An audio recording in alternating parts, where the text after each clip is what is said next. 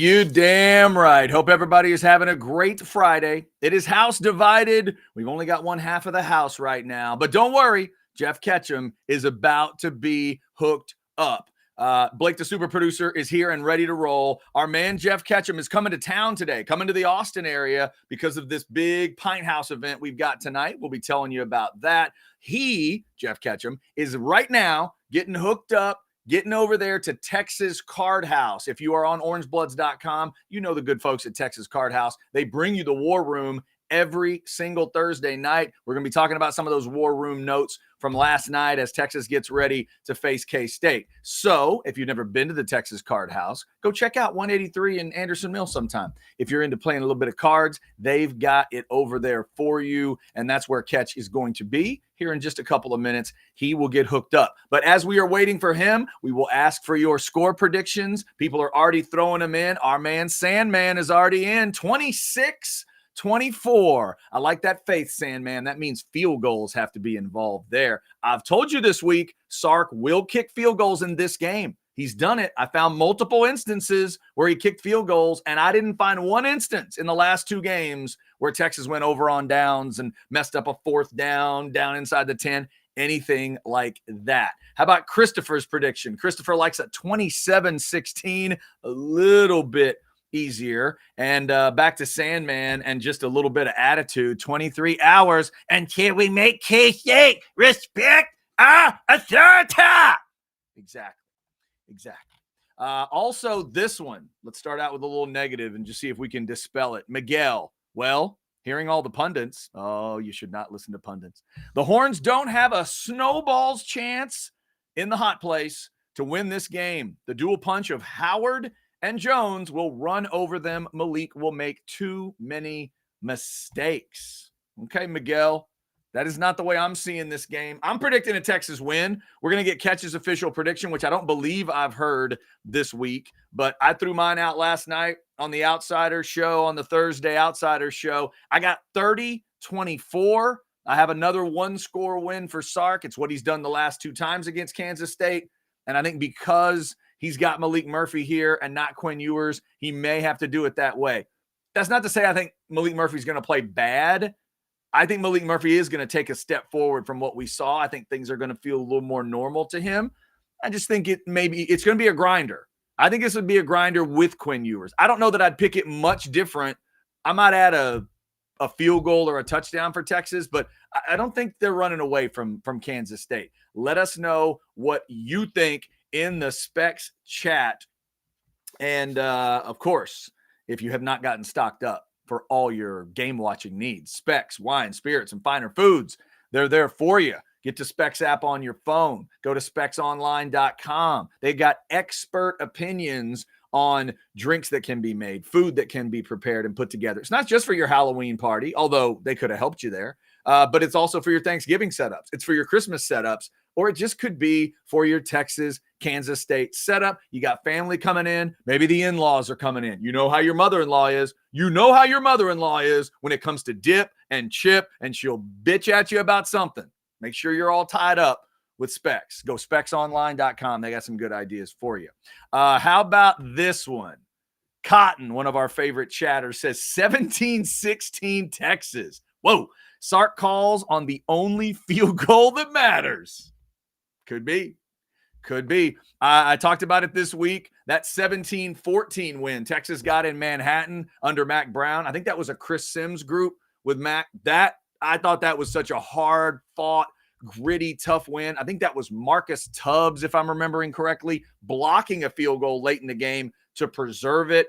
That was a wild, physical kind of game. How about this one? More field goal positivity. Bryce says 38-33 and Auburn 3 for 3. How about that? Huh? Maybe. Never know.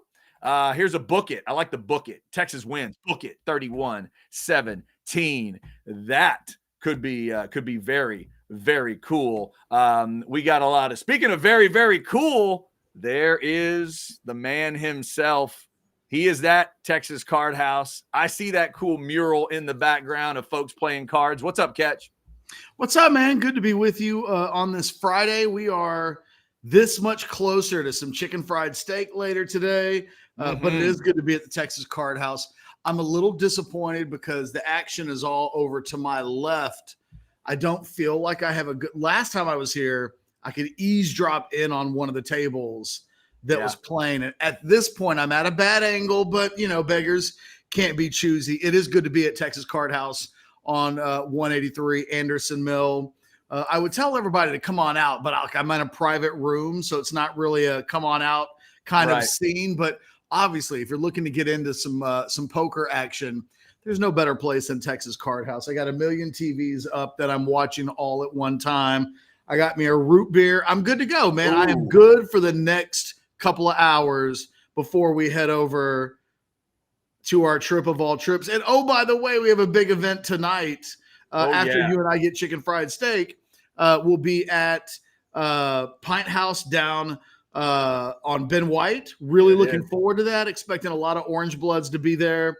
And we're going to do a Q&A where you'll be able to get in your, I don't even drink, and yet I end up telling all the good stuff at the in-person meetups. So come on out tonight, and we'll do the meetup. We'll do a Q&A. We'll have some beverages. We'll have some pizza. We're going to have a great time.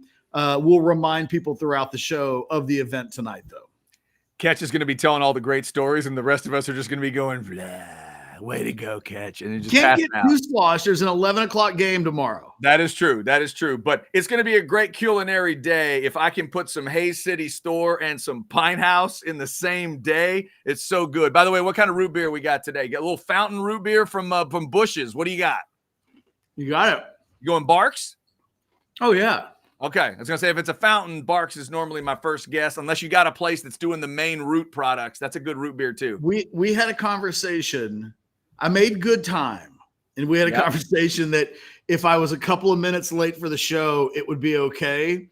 We're back in my old stomping grounds, and I haven't had a good Bush's Fountain Barks root beer in months. Mm-hmm. So I was like, you know what? Chad can introduce us. I'm going to get a root beer. Hey, so tell me this, because I know part of what you dealt with today is realize Ketch is coming from the Woodlands area all the way into Austin. So that's got all of its traffic stuff. You got to witness the 2023 version of Manor, Texas, which now has some traffic and has some issues. Do you have any more respect for my wife who's driving a bus in Manor every single day now that you just went through that today? No, because I already have the utmost highest respect. You can't max out any more than 10. I'm at a 10. A 10. It's a 10. Yeah, she has to deal with that garbage every day. Manor's traffic is real. It is real right now. It's been real for a long time, let alone 2023. Yeah, no doubt. Ketch, we're already getting some good chats in. People are throwing predictions at us already for Texas and K-State. Let's go ahead and throw in a super chat from James, and we'll get cranked up here. James with a $4.99 super chat says, Malik can make bad decision throws, but throws with conviction. I feel like Quinn lacks that conviction and confidence on some throws. Your thoughts? Starting it off with a little quarterback comparison question. I think it's kind of silly. I mean, I don't know what James thinks of it. Clearly, he thinks that Quinn lacks conviction and confidence on some of his throws. I've never thought that about Quinn Ewers. No, me either. Maybe he's thinking of that last. What was the game? Was it Houston? I guess where there was just a lot of check down and not a lot of take that shot down deep. Is he saying that that's the lack of conviction and confidence? Well, maybe. I don't know what James is saying. I'm not the biggest Quinn Ewers fan in the world. I don't think he's hit the he's not great yet. But he's having a really good season. Yes. A really good season. I don't know that I would say that Malik can make bad throws but do it with conviction. I don't know that that's what I want. I don't want a player making bad throws, but thinking they're good throws in the process. I think one of the things that's happened to Quinn, I think it's been really coached into him that protecting the football is imperative to being a good quarterback at this level. And I think one of the things that I've really appreciated about Quinn so far this year, and look, I think Texas needs Quinn tomorrow. I think if Texas loses tomorrow, it may very well be because they're playing the backup quarterback in Malik Murphy. Now, look, you and I haven't talked about our scores. I know you gave your score to the last night on the Outsiders. I've got Texas winning this game like 24-20. I don't think it's going to be a super high scoring game. I think there will obviously be points, but I think the over and under is 61. Clearly, I would take the under on that. Wait, what is the over and under? Maybe I'm getting the Alabama LSU over and under mixed up. Yeah, let me get a fresh look at that because the over under on this game, I'll admit I have not looked at. Catch, it's 49.5. So you'd be under there. I still would take the under, but not obviously to such a degree as in my head for a second there I was thinking. But I think that this is a game that Malik Murphy's got to prove he's good enough to play in. I don't know that I saw enough last week to think, oh, yeah, no, Malik Murphy's ready for the big time. Bring on the ranked opponents who could define whether or not this season is a success or not. Tomorrow won't make, if they win, it won't make this season a success. But if they lose, it could mean that ultimately this season won't be a success if they can't get into the Big 12 championship game, if suddenly they fall off the way a little bit on the national level as well. So it's a big moment for Malik Murphy, but his convictions, that does nothing for me. I want him to be good. And, having strong convictions doesn't make you good. Sometimes it can make you aloof to the realities. And I think Quinn Ewers was a little bit of an aloof football player last year. And I think one of the things that Sarkisian and the staff have done a really good job of with him is making sure he understands the importance of not turning the ball over. The one time this season where Texas has found themselves in trouble is when he did that against Oklahoma. You could make a case that was the difference in the ball game, was ultimately the times that he wasn't able to take care of the football. But when you think about the performance in Tuscaloosa, you think about the rest of the season, I think his ability, although not always uber aggressive and throwing it down the field, I think what you've lost there, you've gained in just quality quarterback play. A lot of good chats already rolling in. Let's get this one out of the way. I hadn't even thought of this. Ben says, so the 30-point streak ends here. Is that in writing, Ketch? You had 24-20. My prediction, Ketch, actually is 30 for Texas, but I didn't think of it that way. 30-24 is my prediction. I was in your neighborhood for a little while in terms of that score, but I upped it a little bit, but I didn't do it for that reason. Texas has scored 30 or more in their first 8 games for the first time ever in the history of the program. So I'm going to say it continues. Ketch is saying it falls just short of that, but I've heard a lot of predictions so far, Ketch, and it's all in that neighborhood. It's all in the 20s to 30s. I've not seen a lot of 40 anything in this game. I don't think anyone thinks we're about to watch a 45-42 kind of battle. Well, both of these teams will come into this game with among, the top 3 defenses in the Big 12 and most of the major stats, scoring defense. Kansas State's good. They're not great. I take the point from a lot of Texas fans who would say Kansas State hasn't really played anybody this year. I mean, they haven't played anybody of Texas's stature yet this year. There's no doubt about that. With all due respect to Missouri, which is a good – we've had this conversation this week. If we're not willing to call Missouri a good team or even a very good team, I wonder what the list looks like. It's there's 2 good teams and a bunch of crap.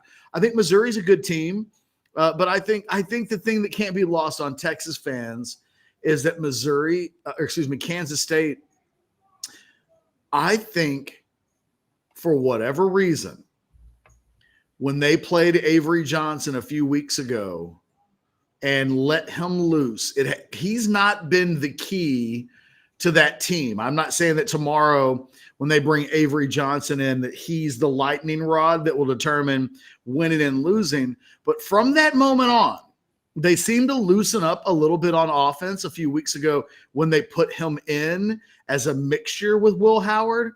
And they've been really good. You can't sniff at scoring. If nothing else, they've scored 120 points in the last 3 weeks. It may be against questionable competition, but it's still 40 points over the course of the last 3 weeks. They're running the ball. They've got an identity. I think there will be urgency tomorrow that maybe only a couple of times this season has Texas really played a team that's needed to play with urgency. Sometimes Texas gets in games where the other team gets a free hit, right? So if they lose to Texas, everybody expects it. There's no real downside to like swinging for the fences or trying something new.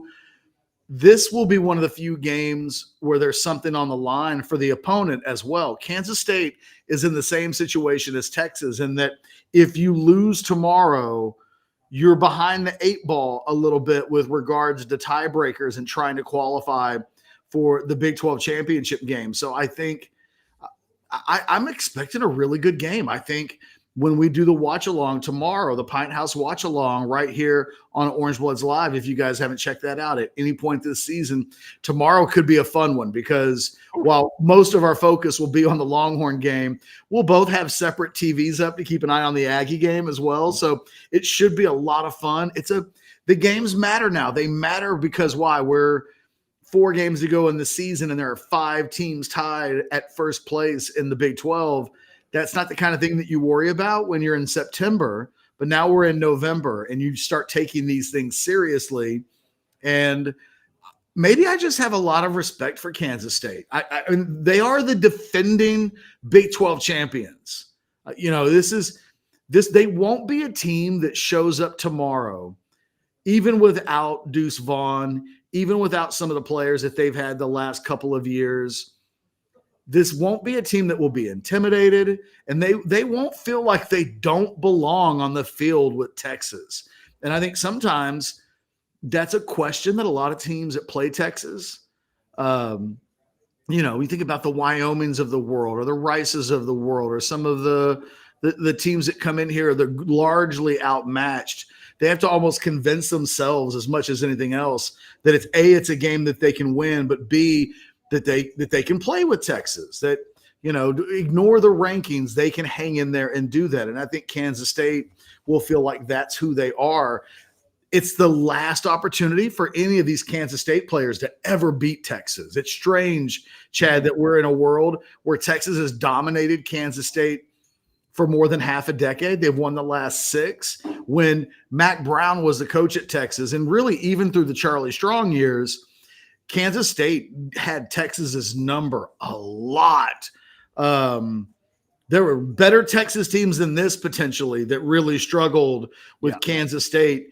And, it was at Kansas State that ultimately, I can't believe it's even been this long. It's been 17 years, but you go back to 2006, it was going on the road at Kansas State, losing that game, losing Colt McCoy to injury, having to play Jevin Sneed.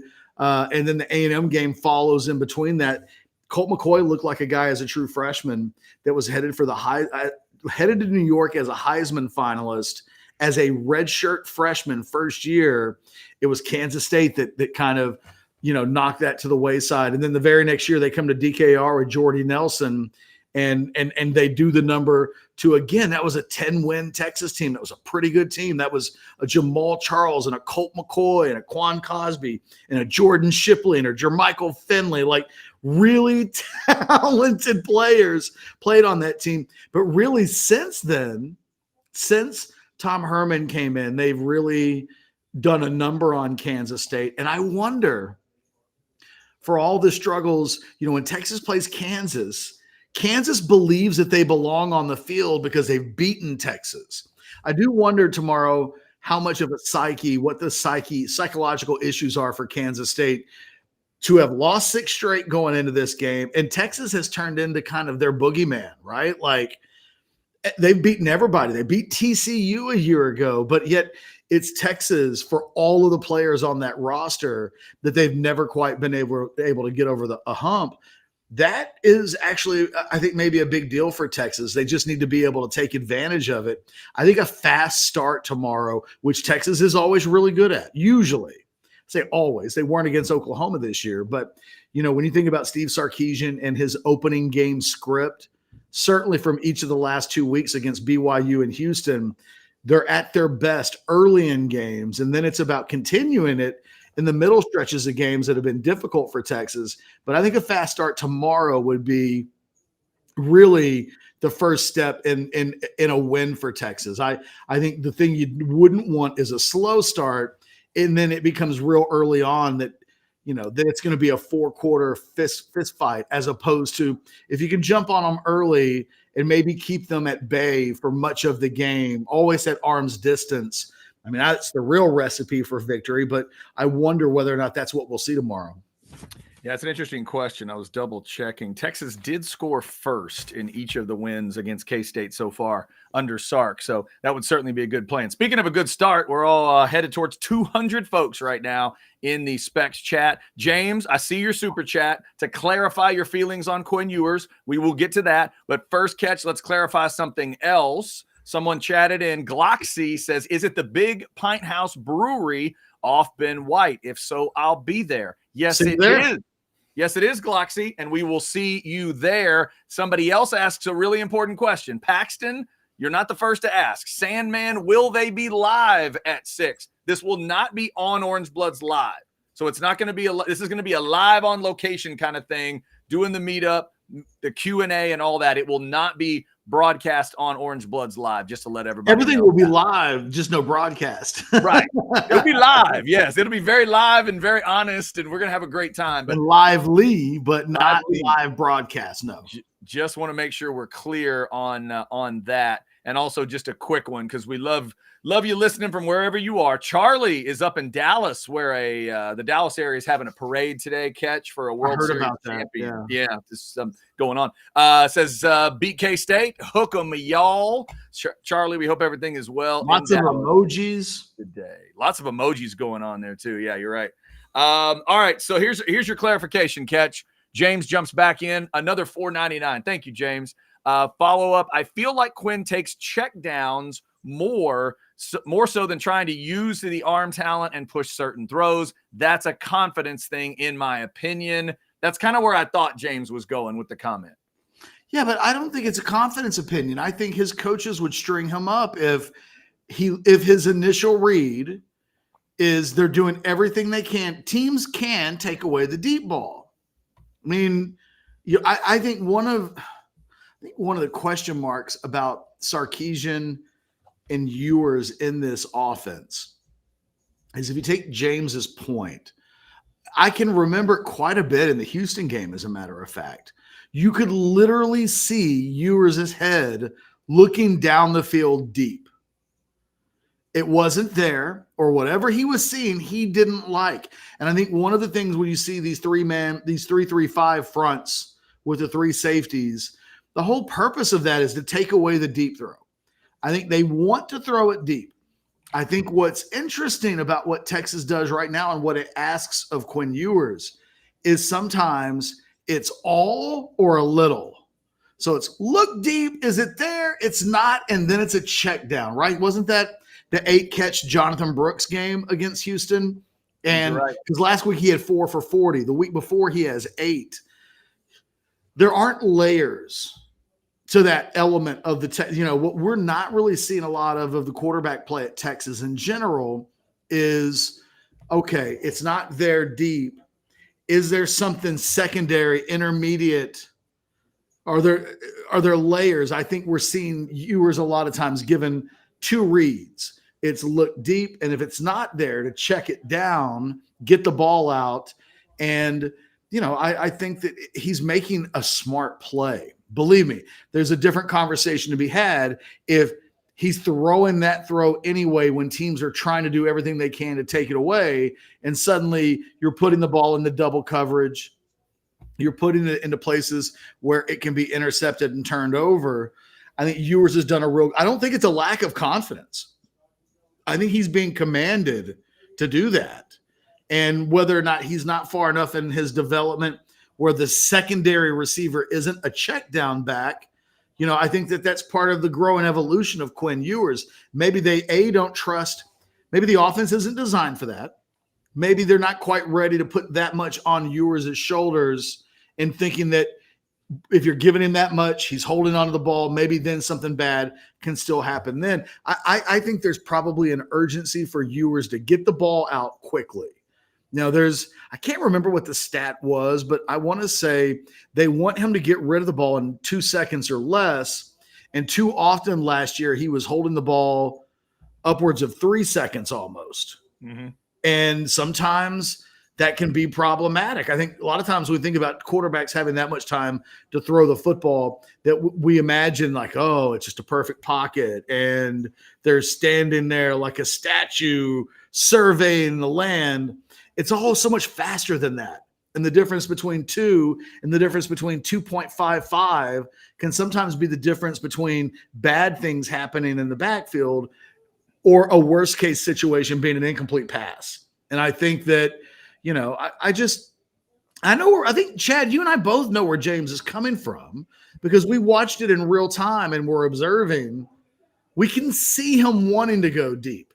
Yeah. It's getting taken away from them. And then, I think James is mentally punishing Ewers for what I think the coaches would say is the exact decision-making they want from him.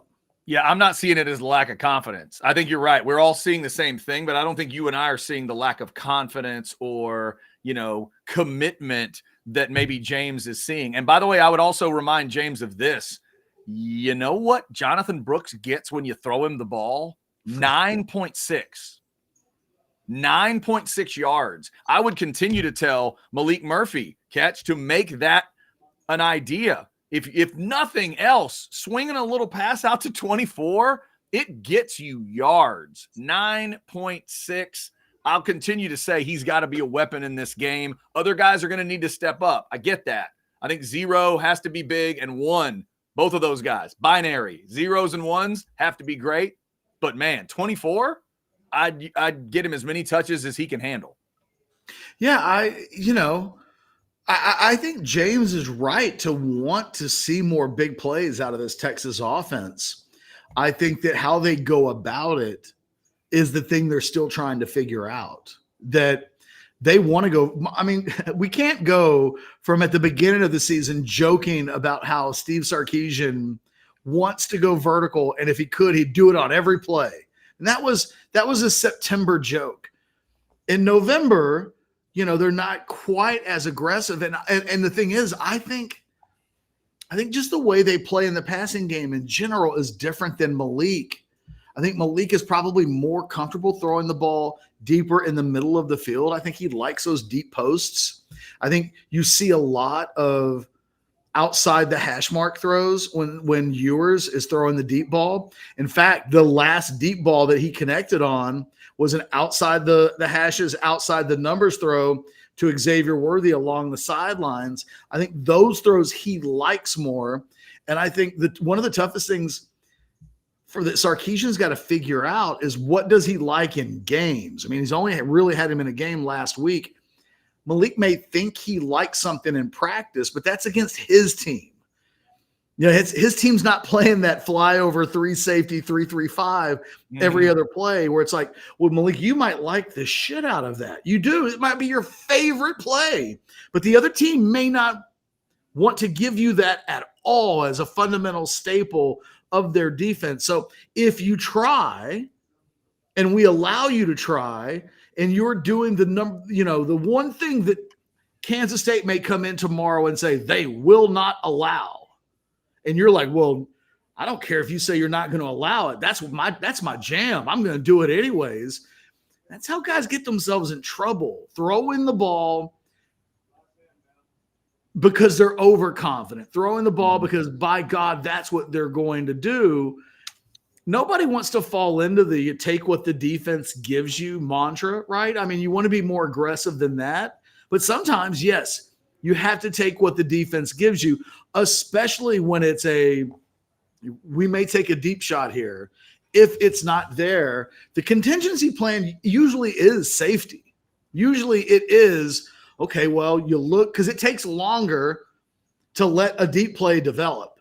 So if your first read, if you're trying to go vertical and it's not there, it's covered up, usually, I think getting the ball out quick to a secondary receiver and it be a shallow running back in the flat, tight end, Jordan Whittington, if they wanted to use him in that capacity tomorrow as well, but something safe along the line of scrimmage that's easy, quick, and dependable. And that's kind of offensive 101 stuff right there. Texas and Kansas State, of course, 11 o'clock tomorrow morning. Like Ketch said, we got the watch along for you tomorrow morning. If you've not checked it out, it's going to be a wild one tomorrow with the Longhorns and Aggies playing at the exact same time. We're up over 200 folks in the chat, and we have 2 super chats ready to roll here. So let's get them. We do love the money that folds. We'll start with Blake because I believe it came in first. $5 super chat, Ketch. I feel like everyone harps on us struggling with K-State's quarterbacks. How do they compare to Donovan Smith, Gabriel, and Monroe? It's an interesting question. I think they compare with Donovan Smith. I don't know that I would put either of the cats at Kansas State. Dylan Gabriel is his own run game threat. Mm-hmm. And it probably says a little bit about the skill sets of Will Howard and Avery Johnson that they're bringing in Avery Johnson. They're using Avery Johnson almost as a Savion Red type of measure, but they're doing it a little bit more frequently because he's an actual quarterback. So when he's back there, they're doing it to give themselves something in the running game. Maybe Taysom Hill is like the best example. He's not that guy, but I think they want to, it wouldn't shock me tomorrow if he gets 15, 20 snaps. And that he throws the ball 7 or 8 times and he runs it maybe 8 to 10 times. That wouldn't shock me tomorrow. They didn't do that last week, ironically enough. Against Houston, they went away from that. But in the previous 2 weeks, a real split of the 2 quarterbacks was something that they did. And if I'm being completely honest, I think that's a scarier proposition for Texas tomorrow than if they just get a big old super dose of Will Howard. I think they can handle Will Howard.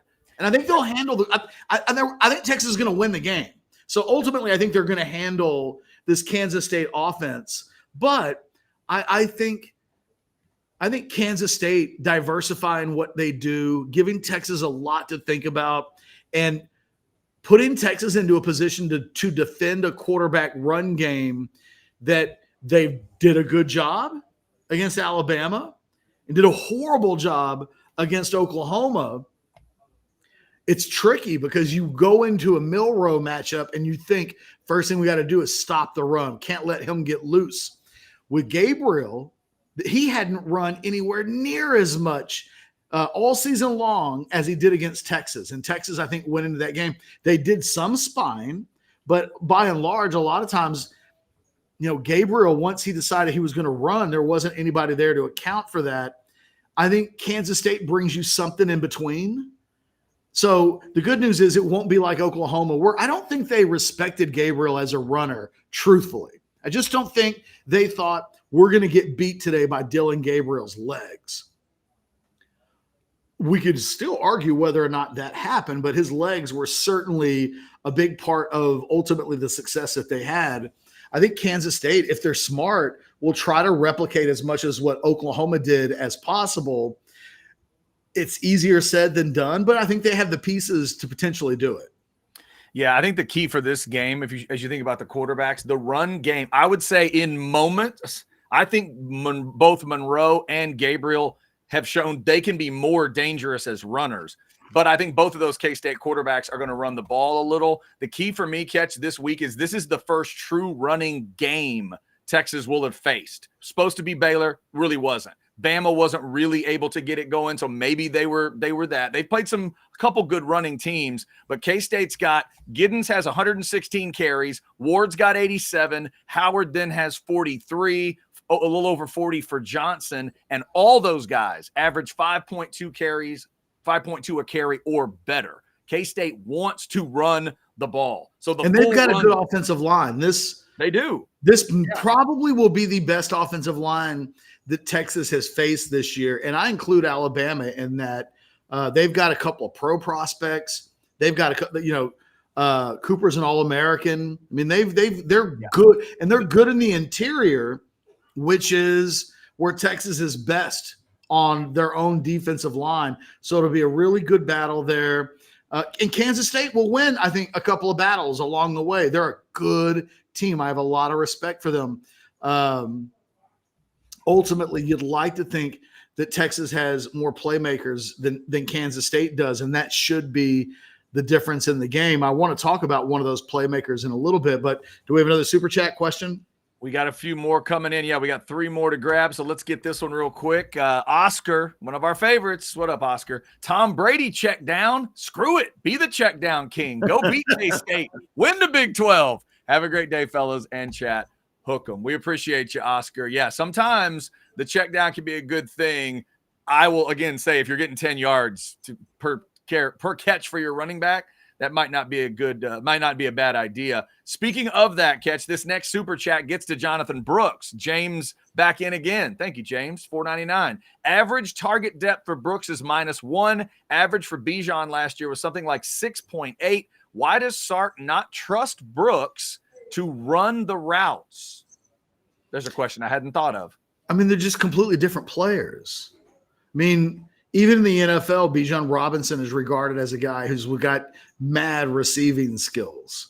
I think Jonathan Brooks is a solid pass catcher out of the backfield, but Bijan was a guy that, my first memory of Bijan at Texas was in the summer before his freshman year when he was doing a workout, and they put out Bijan released a video that showed him catching a ball in the end zone, like where he goes up and catches it with one hand, but almost like behind his back, like a one-handed freak snag. Mm-hmm.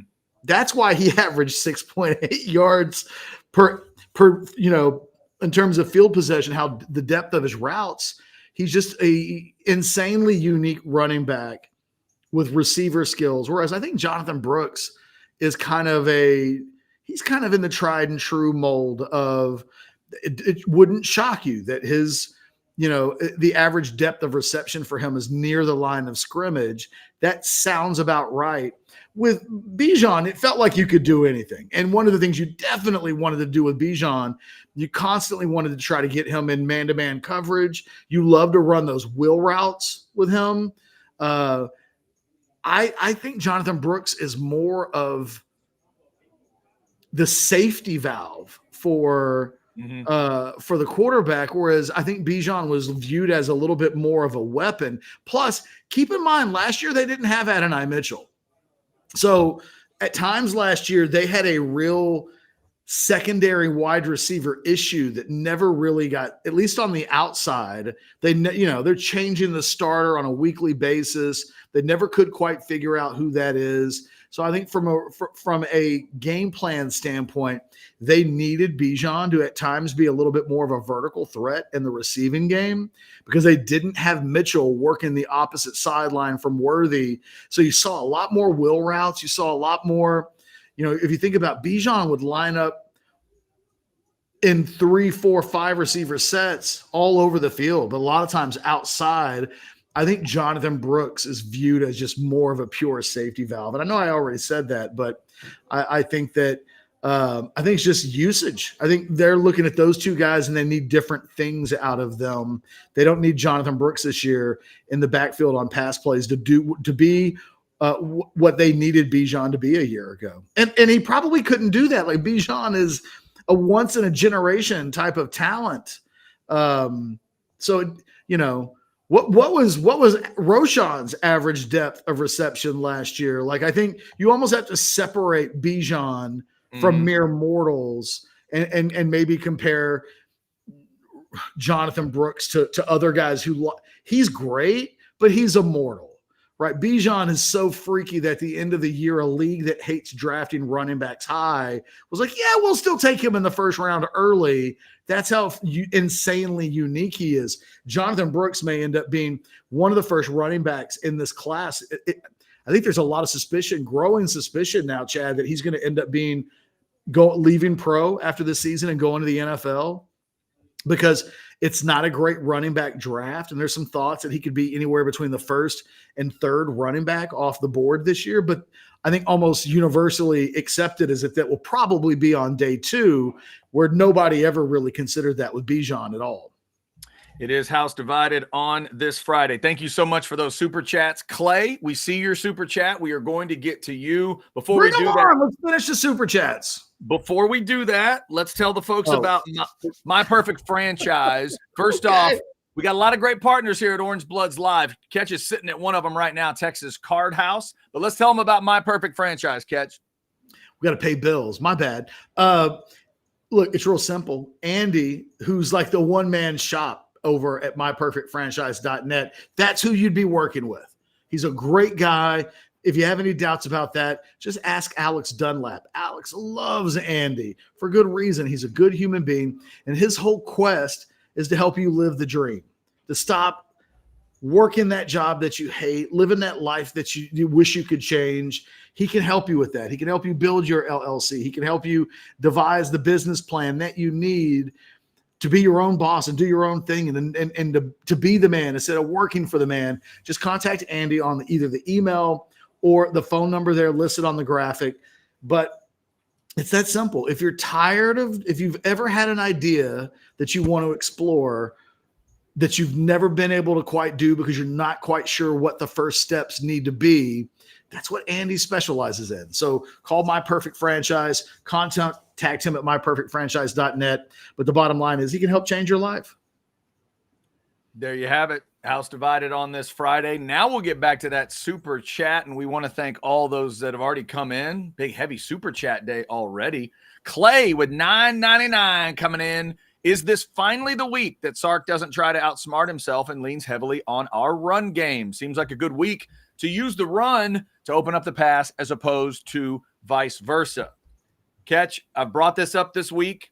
Looking at the numbers of the last couple games against K-State, Clay, the answer is apparently yes. This golf course fits Sark's eye. He has run the ball 84 times in these last 2 games. Last year, Bijan got 30. 2 years ago, Roshan got 31. 2 years ago, they had 34 minutes of time of possession. And in both games, Ketch, another huge number for me is third downs. Texas converts 8 of 16 and 8 of 15 in the 2 games. K-State went 1 of 9 2 years ago, and last year was 5 of 12. Now, 5 of 12 is pretty good, but when the other side goes 8 of 15 at the same time, it's not as good. K-State wants to chop things up on third down, obviously, and keep the ball. Texas is good at stopping that in this game, and the numbers would tell us this is the matchup that probably determines all of it. K-State is 4th in the country converting third downs. Texas is 3rd in the country stopping it. So that's your matchup. When Kansas State is got a third down, that's when this game gets determined for me. And if Texas can control that, do what they did against BYU, make it 3rd and long, take them off the field. But I do think, Ketch, Texas fans can maybe use the T word. Maybe they can trust Sark. This particular game seems to fit his mind for that run thing. Yeah, and look, I don't think Kansas State's good on third downs because they're good on first and second downs too. And you mentioned earlier they've got 4 running weapons that all average more than 5.2 yards per carry. They don't absolutely have to run the ball on first down or second down, but you're typically going to get at least once on first and second down. They're going to lean on, we're good for 5+ on the average every time we do this. And what that allows them to do is have manageable third downs, and they're really good on third downs. What Texas has done the last couple of years is defend their run game well enough, right? I mean, whatever Deuce Vaughn was as a college player, he wasn't killing Texas down the stretch of his career. I think it'll be about that tomorrow. It'll be about, look, Kansas State is not going to try to reinvent the wheel. They're going to try to maintain a good down and distance at all times. Here's what they don't do. They don't run the ball, convert a couple of third downs. Suddenly there's 6 or 7 plays into a drive. They've gained, let's say, 3 or 4 first downs. Now they're in the opponent's side of the field. They don't forget who they are. They don't go throw, punt. Mm-hmm. That's not their game. No, that does not happen. In fact, I'll go out on a limb. We'll keep track of that on the watch along. Do we see throw, punt from K-State at all? I don't care if Texas is up 20. I don't think we'll see that. It does not sound like them at all. No. Because I think they are insanely conscientious about third and manageable. And third and manageable for them may be like 3rd and 3, not kind of your typical third and medium, right? Third and medium is manageable, but Kansas State likes to put themselves into a position where on third down, you know what else they like to do on third down, Chad? Run. Yeah, a lot. 3rd and 5 for them is every bit as much of a run play as it is a throwdown. And that's who they want to be. That's their identity. And it's one of the reasons why we've seen them go to Avery Johnson as a run game threat, because he especially when they get into the red zone, but he gives them the capacity to maintain the type of down and distance that they want to on offense. And look, we know that Jalen Ford is going to show up tomorrow, because that's usually what Jalen Ford had his bad game this season. Mm-hmm. I think I would be surprised if there's another, but I think he'll show up tomorrow. It's a big responsibility game for Anthony Hill. I mean, you know, freshman defenders can be great right up until that point where they miss a lane, they miss an angle, they miss a run fit, and the other team goes 80 on you. And we have seen that happen this season to Anthony Hill, but there's no question that he's replaced David Benda as the starting linebacker. Now, even if they run Benda out for the first play tomorrow, if you look at last week, you know, Hill was getting 3 snaps for every one of Benda's. So he's really replaced David Benda as the primary linebacker. When they play 2, when they play 3, you're getting a lot more Maurice Blackwell, and he flashed a week ago. So, you know, when they're in their 3 linebacker set, those are the 3 that you expect to see. It's a big challenge for them because because Kansas State is going to run the ball, and they're going to try to, I think, create crowds and clusters and get bodies on those linebackers. And if you do that, you put a lot of stress on the secondary to have to tackle. And it is one of, I think, the concerns about this Texas defense. I don't think you can take it to the bank that the secondary will tackle well. And, you know, that tomorrow's game could be decided on just how well that occurs, because I think Kansas State offensively does a real good job of getting its running backs to the 2nd and 3rd levels, and puts a lot of pressure on guys, make tackles or else. I mean, I think defensively that may be the story for this Texas defense tomorrow. How well do they tackle?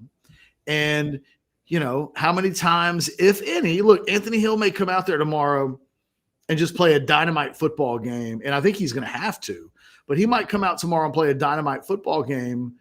Or do we say he was great except for how many plays? How many plays do we look at tomorrow and go, ooh, he got pinned inside and there wasn't a running back, you know, at that point where he needed to be, and Kansas State rips off, is it a 50-yard run? Is it a 60-yard run? Or are you able to limit that type of mistake to 10 yards because your safeties are tackling well? Well, we know there's not going to be any Jalen Catalon tomorrow, so that means it's probably also a big Derek Williams game tomorrow, right? And so I think this is maybe the most in any game this season that Texas will have come into the game depending on some really young guys carrying a lot of heavy responsibility. How well do Derek Williams and Anthony Hill as a tandem play tomorrow, knowing that they'll almost certainly have a huge amount of responsibility. They won't be, yesterday Sarkisian responded, kind of called Hill like a flash guy, that he would come in and he'd make a couple of big plays and you would notice him in games, but they're expecting more play in and play out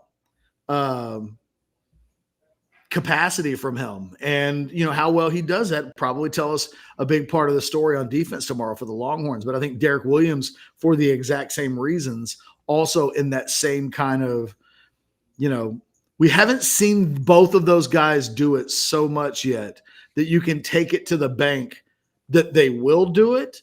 But tomorrow is like the kind of game and the kind of step forward that if they do that, next week we'll talk about TCU and we'll be like, can they do it? Will they go on the road? Blah, blah, blah, blah, blah. And we'll say, hey, well, they did it against Kansas State, is an indication of just how far along they've come as young players.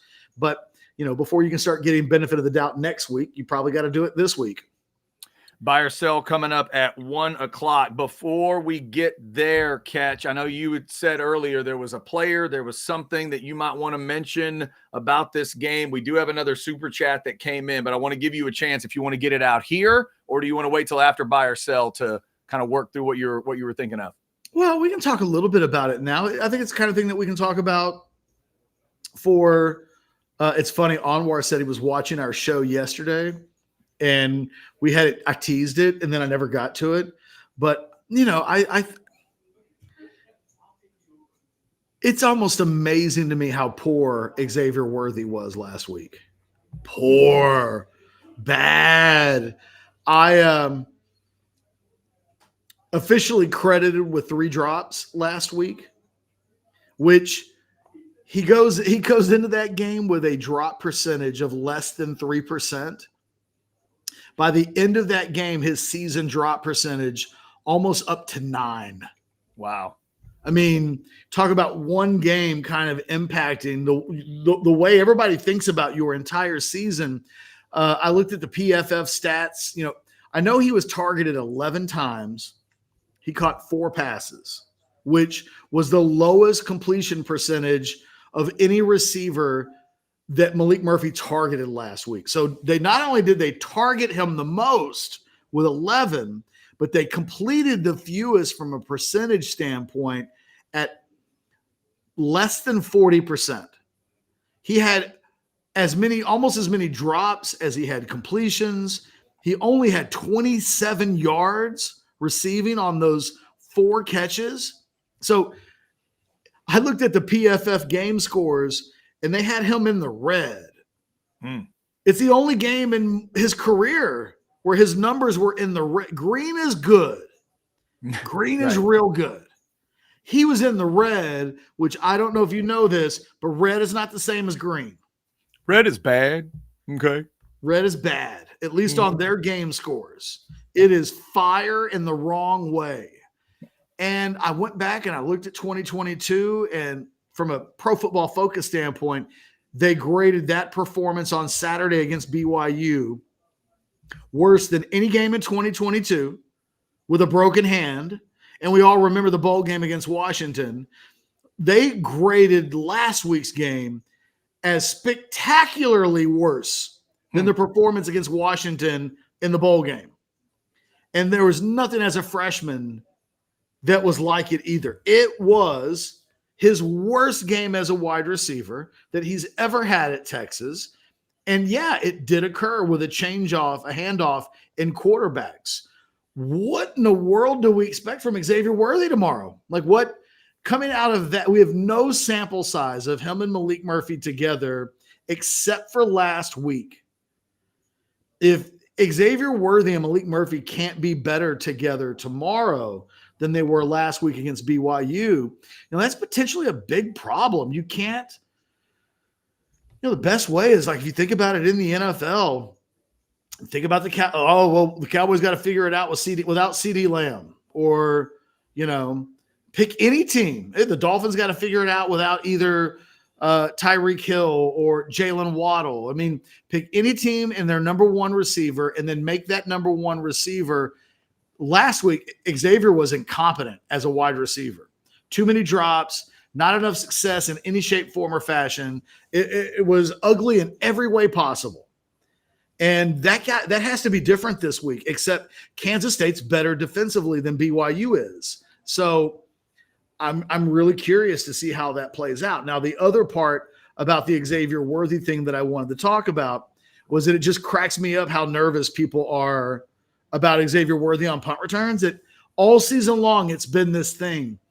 Oh my God, he lets too many balls bounce. And it's like, well, teams do that on purpose.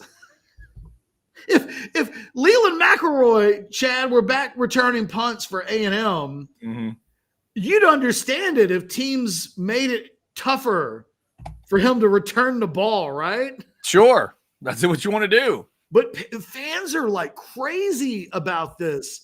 And because I think it's crazy because Xavier Worthy is averaging twice as many yards on punt returns this year than he averaged a year ago. And he's second. If the season ended today, Xavier Worthy's punt return average for the season would rank second in the history of the program. Second. He's averaging 17 plus yards per punt return. Even if you took off the long return last weekend, he would still rank in the top 10 all time for Texas and punt return average in a season. He's having a really good year. And it's funny because games will end and I won't have thought anything about the things he wasn't able to do.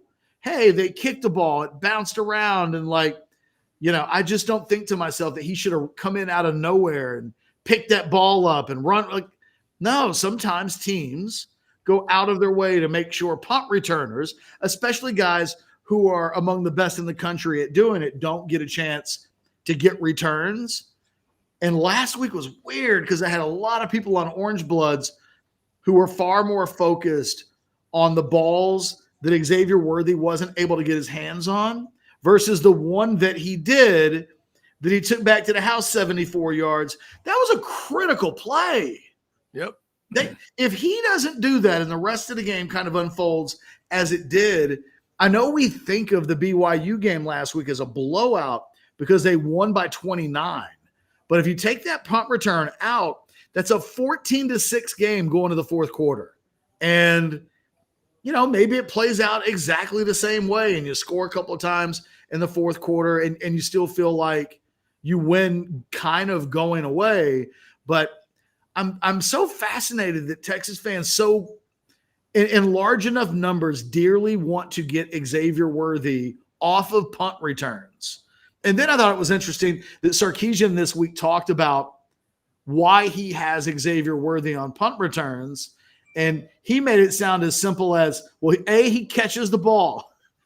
And he said, don't think that that's an easy thing. It's a big deal because sometimes you're running up and there's four guys around you. You got to run up and be gutsy enough to make that catch. It's a big deal. And then you've got to you got to be able to do something with it, and you got to be able to make the first guy miss. And it's clear that he thinks Xavier Worthy is easily their number one punt return threat. And he's clearly the guy that he trusts. And look, there have been a couple times this year where you and I have thought to ourselves, why does he fair catch a ball at the 7? Or why does he catch a ball at the 6?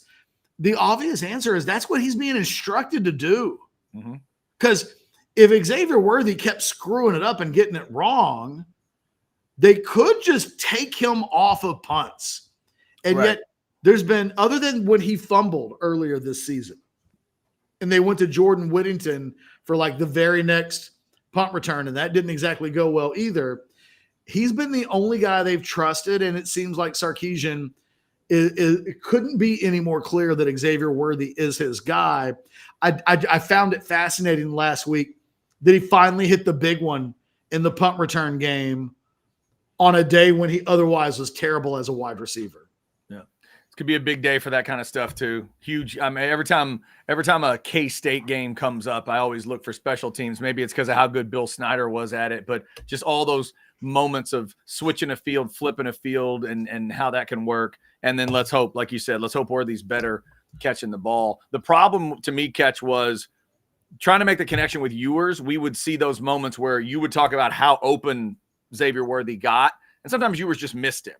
But what we saw last week was the traffic stuff. Somebody brought up in the chat, well, on that first one, the DB's all over him. He's raking at the ball and all that kind of stuff.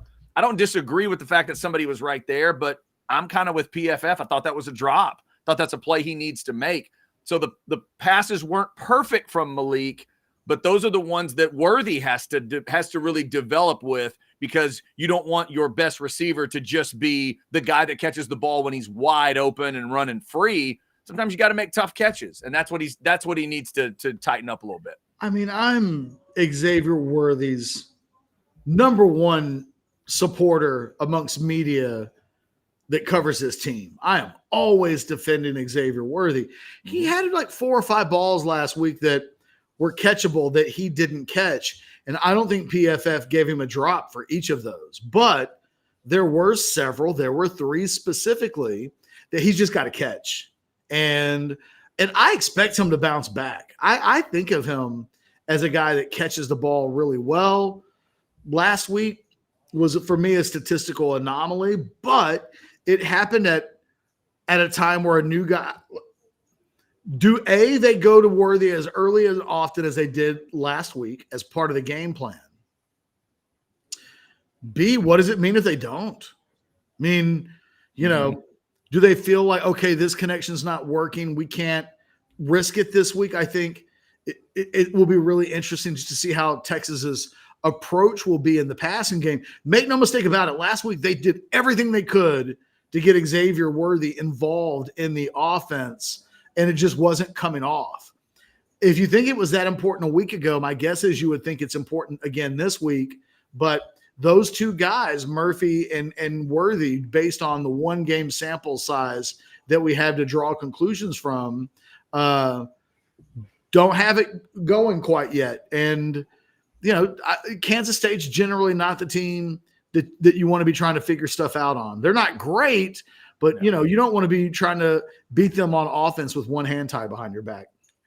All right, we go over that 1 o'clock hour. That means it's just about time for buy or sell. Javier, Oscar, we see your super chats. We will get to those. Getting a lot of great chats in today on the Specs chat.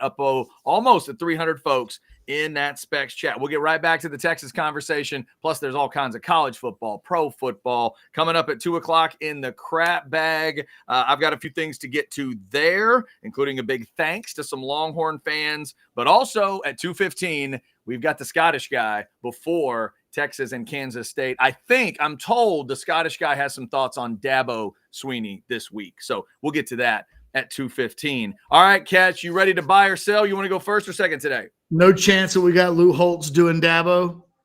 There was a taste of that on the Outsiders tonight. I can give you a little bit of that live today, but we don't have it recorded this week. No. Oh, well, that sucks. Well, okay. There you go. More Chad Hastings is what I'm telling you. Hey, you're disappointing me. I can get you the live version, but as far as the recorded version, no. We haven't got that nailed down. I'm just disappointed. Okay. I wanted like a full. I don't know. I wanted the weird thing with the guy's mouth moving. Okay. Except it was Dabo's face. Oh, and the Lou Holtz voice. It's a good idea. If you had expressed it out loud, maybe we'd have done did when we first did the Dabo story earlier this week. Yeah. Somebody made the request in the chat for you to do it as Lou Holtz. I was just, I didn't realize I also at that point needed to hit that point home. But nevertheless, it's buy or sell time. Let's not talk about you disappointing me. We will not talk about that. No, but you can check out the end of the Outsiders last night for a little Lou doing Dabo because we did find the transcript on that. But we'll see. All right, and we'll get to the odds of me doing Rogue products, because apparently somebody wants to know that on the chat as well. You want to go first or second today? I have nothing prepared, so you go first. Fair enough. All right, buy or sell number 1. The NBA in-season tournament starts tonight, Ketch. You'll give it a chance, and it will create more interest for you. So I'll give it a chance, but I don't know that there will be any more interest. I didn't know that the in-season tournament started tonight, so that's new for me. Mhm. But I've, generally speaking, have been keeping up to date with the NBA. So like I know what happened last night. Like I know that San Antonio put a foot up Phoenix's backside, and that the young rookie sensation. I don't know if you've heard about this, but the Spurs have this tall guy. Is that right? He gave Kevin Durant and everybody on the Suns the business last night. Like, yeah, he did. I'm keeping up with the association, so I feel like my interest is at a decent level. I also watched James Harden's press conference yesterday and wanted to like punch him in the face. Brilliant. So no, I will give it a shot, which is a bye to the first half of the question, but I don't think it changes my interest level. I'm at a decent place with the association. Just a real quick side question. Does you being a soccer fan affect your feelings about this? It has a soccer feel to me where it's got that round robin and you're doing the, like, because you become a soccer fan, does it appeal to you more or not? No. Okay. All right. Buy or sell number 2. You have said that I have Aggie PTSD right now, but you can see the full picture. Aggies win in Oxford. So. Okay. This has been a game that I've had all season marked as an A&M loss. So, I it's a winnable game, but I don't trust the Aggies at all. Okay. By the way, my bad, Blake. I skipped one. I'm so sorry. Let's go back to the Sark one. Buy or sell number 2 or number 3 now. Sark will win a 1-score game tomorrow. Buy. I'm picking 24-20. So clearly I think that happens, but I can't lie when I say that when I make predictions like that.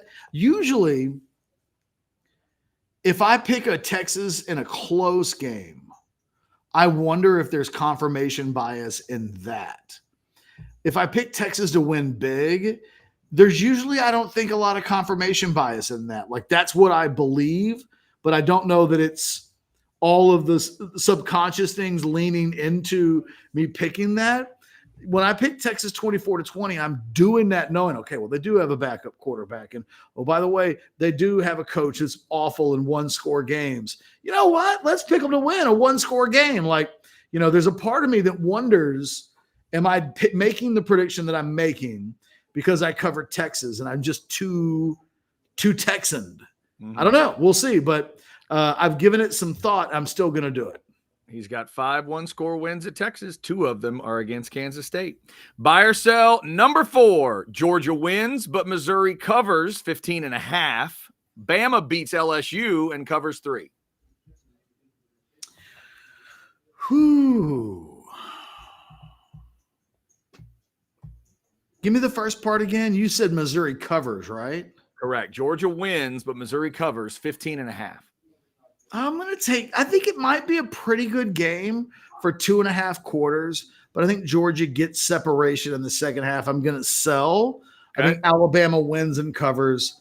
I'm not so certain that Missouri does the covering part. So I'll take Georgia giving the 15+. Gotcha. All right, and finally, Ketch, buy or sell number 5, real simple. Last Bedlam, Oklahoma State wins.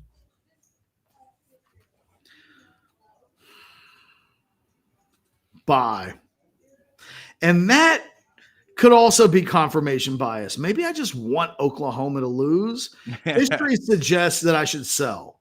History would suggest that Oklahoma wins these games a hell of a lot more than they lose them. Yep. But the game's in Stillwater. Oklahoma State's in better form.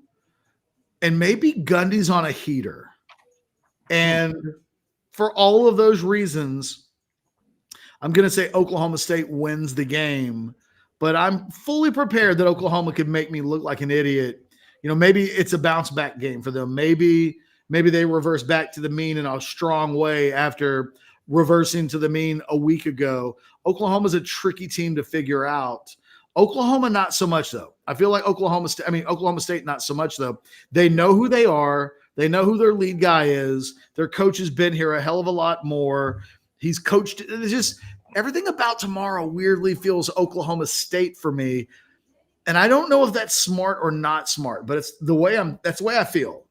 So, real quick, stupid stat catch before your buy or sell. I did the comparison between House Divided and Bedlam. Texas would need to beat the Aggies 15 straight times when it gets going again to match the number Oklahoma has against Oklahoma State. And Oklahoma State would have to win 18 in a row if they kept playing to get to where the Aggies are in the House Divided. That's how out of whack Bedlam is. 91, 19, and 7 is the overall Oklahoma number in that rivalry. And once they play this week, they'll have exactly the same amount as Texas and Texas A&M do right now, 118. That is so stupid. Isn't that crazy? Goofy, man. All right, in the middle of buy or sell. What do you got, Ketch? Buy or sell number 1. You are picking the Longhorns to win the game tomorrow, right? Correct. But if I tell you in advance that there will be no defensive or special teams touchdowns for the Longhorns, you change your pick. Sell. That's not really the game that I had. I wasn't picking it based on that. I think Sark is going to make decisions to let Bert Auburn kick some field goals. I don't think it's about special teams. It's going to take a man's game, big time football win. I think they're going to run the hell out of the ball, and I think they're going to win it. I don't think they're going to need that. Buy or sell number 2. You think Jonathan Brooks rushes for at least $175?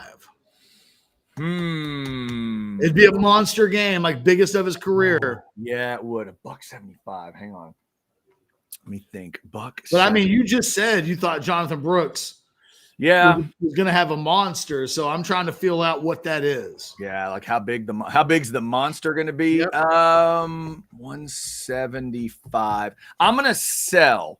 I think, again, I don't think he's going to quite get Jonathan Brooks up to that carry mark. The fact that he didn't get him to 100 yards the last couple of weeks tells us he's not focused on Jonathan Brooks, but I think he'll focus on the run game. Brooks and Baxter together will have those 40 carries plus, but I'll say it's probably like 150 to 170, but not quite to 175. Not quite that monstrous. Sell. Buy or sell number 3. You think the Aggies lose tomorrow, but you might have gone the other way if Connor Weigman were still the quarterback. Buy. Yeah. Because this would feel like a bit of a different team, I think, if that was the case. So, I mean, that is a big part of it. The offense just, it's Johnson's got his moments, but he hasn't been great. And then Weigman helped to cover up the fact that the Aggies cannot run the ball when they need to. So I think they're in big trouble tomorrow. I think they're going to lose, and I think they're going to lose pretty badly. I really do. I don't think it's close. I think it has a chance to be like 38-20, 38-17, that kind of stuff. I think Ole Miss is going to put it on them. Buy or sell number 4. I'm watching one of massage therapist women give this guy a massage at the poker table right now. Okay. Buy or sell. You think before the end of the show is over, I should have her come in here and give me a massage while I do the show? And buy, but only if that's a tax write-off, right? Buy, maybe. Buy, but only if I can leave while it's happening. I feel like that might get weird. Why would you need to leave? Like none of the other poker players are leaving. No, but I mean, I don't know. You describing that as it's happening, I'm not sure if I would. I am not. Trust me. I could describe it now, and you would want to leave. I don't feel like I've described it. Okay, but while it was I'm saying, but while it's happening to you, you wouldn't feel the need to describe what's happening. You'd still be able to focus. Well, you'd be able to see it. You wouldn't need to have it described. Okay, like there's Ketch getting his neck and shoulders worked on. You'd see her. She'd be in the background. Yeah, for your comfort, I'll say bye. I want only what's best for you, so I'll say bye. She's kind of attractive too. And finally, buy or sell number 5. Mm-hmm. Oh, crap. Oh, here it is. I had the question in my head, and then I forgot it, but now I remember it. Right. Alabama beats LSU this weekend, and it's a double-part question. Mm-hmm. They pass up Texas in the polls because of it. That's probably a buy. It's hard to think about, isn't it? Like, holy crap, that could happen. It really is. In fact, I've got the poll pulled up here. So let me just stare at this thing a second to make sure. Because last time you asked me a question about the polls or we discussed the polls, I ended up sounding like an idiot. So let me just double check this real quick. So Oregon and Washington are both sitting there. Washington's playing USC. Oregon, who's Oregon playing this week? Oh, Cal. They probably handled that. Yeah, I feel like they will. And even it may take a little rearrangement, but yeah. I'll say bye. I'm really hoping LSU can figure that one out. But in Tuscaloosa, Alabama just feels they're not awesome right now, but they feel real. They are a real football team, and I think they're going to make LSU, go right to the end with them. And I'm not sure LSU's got 4 quarters of it. I hope they do, but yeah, I'll buy and say they will pass Texas. All right, well there you go. That's how we do buy or sell. Yeah. And by the way, if there's ever a team that the AP voters, CFP, they won't care if they've got on top of somebody that they lost to, it's Bama. Like, they will just flip those teams and not worry about my rule, your rules, any thoughts we've ever had, because I'm okay if you put teams between those two, like they've done with Texas and Oklahoma, but I hate it when they're right together. AP voters won't care about that. It's Alabama. You know what they'll say? They'll say that game happened in September and this is November. Yep. You're right. The timing issue will come in. They will go 4th dimension on us. You're absolutely right. That is buy or sell. That's how we do it every day about 1:00. Again, if you're just jumping in, Ketch has Texas winning 24-20. I've got them winning 30-24 against K-State. All right, Ketch, you want to clean off these super chats we've got here? Yes, I thought you'd gone double digits. So you got 1-score game too. I do have a 1-score game. I got 30-24. Okay. Yeah, I was gonna make it a double-digit situation, and then I think if it was Quinn Ewers, I might have stretched it to like a 31-20 kind of a thing. But because of, and again, I don't think Malik's gonna play bad. I just think it's a different type of game. It's got to be a little more of a grinder because of it, and that's why I'm going with a 6-point game. Real quick, what'd you think of Texas Tech and TCU last night? Did you get a chance to watch any of that? I got to watch some. Obviously, wild game. And for the person asking, I did lend my pet possum Bubbles to Texas Tech, and I'll get it back. Cute possum. Bubbles is the name. Yeah. As far as possums go, that was a cute possum. She's a delight. She's absolutely a delight. I watched a little bit of it. I was kind of getting ready for the Outsider show and getting dinner and all that sort of stuff. So didn't focus in too much, but back and forth affair and, 2 future Texas opponents, but I don't know that I saw anything that would have really worried me if I'm a Texas fan from TCU. I don't know. If I'm a Texas fan, I still have a little bit of trepidation about Tech coming in on Thanksgiving. If they get to throw in and stuff, maybe it could get a little weird, but I didn't see a ton of threat on both sides. What'd you think? I don't know how good Chandler Morris is, but Josh Hoover looks a little bit like Malik Murphy. He just looks like a quarterback still trying to figure it out. And it wasn't good enough last night to win in Lubbock, although they had a chance, right? I mean, they had the ball, and in the end, it was a Josh Hoover interception.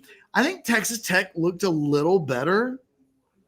I think they can run the football. So it's like Taj Brooks is for real. Like that guy's a good player. And if there's a world where when that team comes to Austin and gives Texas a run for their money, it's because Taj Brooks has some freaky day. But without that, like they can't be competitive. So I wasn't overly impressed with either team.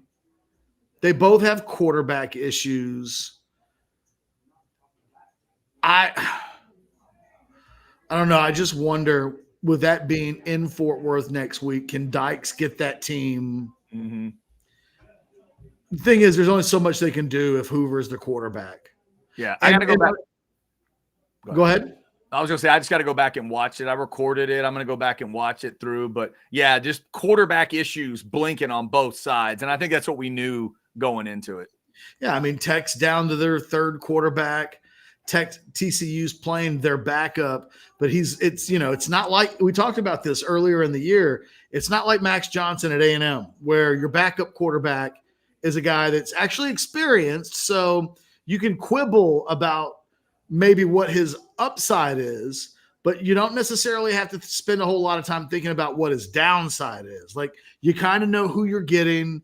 You know what Max Johnson is capable of tomorrow going to Ole Miss. Mm-hmm. You kind of know what the median performance looks like, but I don't think you have to worry about like, oh, he's going to go there and pee his pants. He's never been in a game this big. He might throw 3 interceptions. You never know. Like, you don't have that to worry about.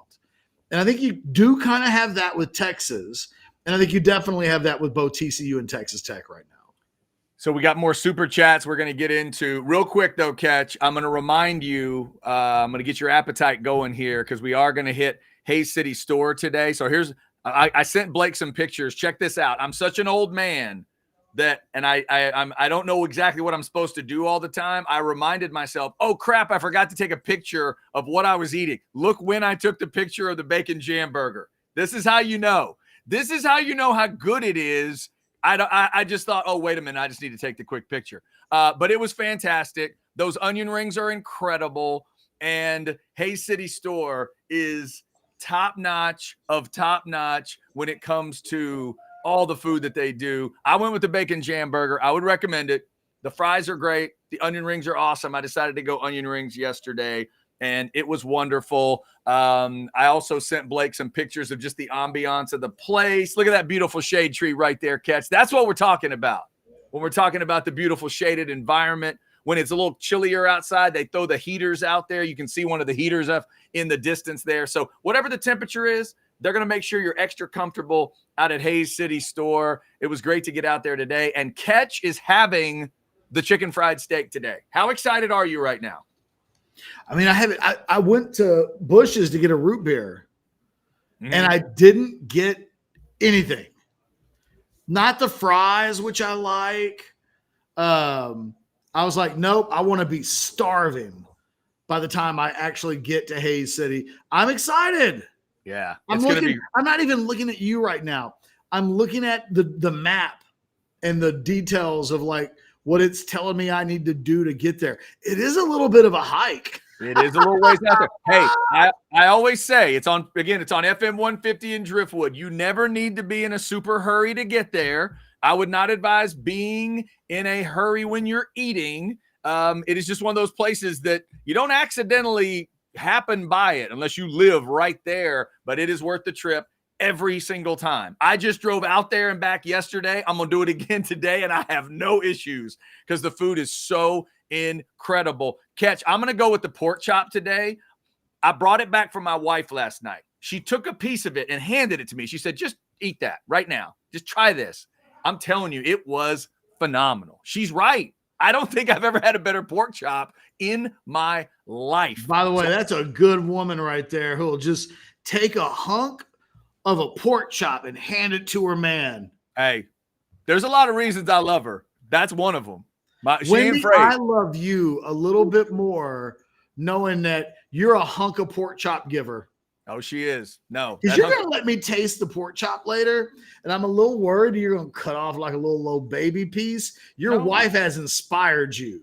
Oh, yeah. Whatever you give me of the pork chop, it needs to be a hunk of some variety. Oh, yeah. No, I'll give you Hastings style. We're going to make sure you get your taste. We're going to make sure you get a taste of that pork chop. Hayes City Store out in Driftwood. The weather was awesome yesterday. You know, temperature in the 60s. It's going to be like high 60s to 70 this afternoon when we're out there. It's a great place to go. Just unwind, get all the incredible drinks. I did have my craft beer from Dallas to celebrate the Rangers winning.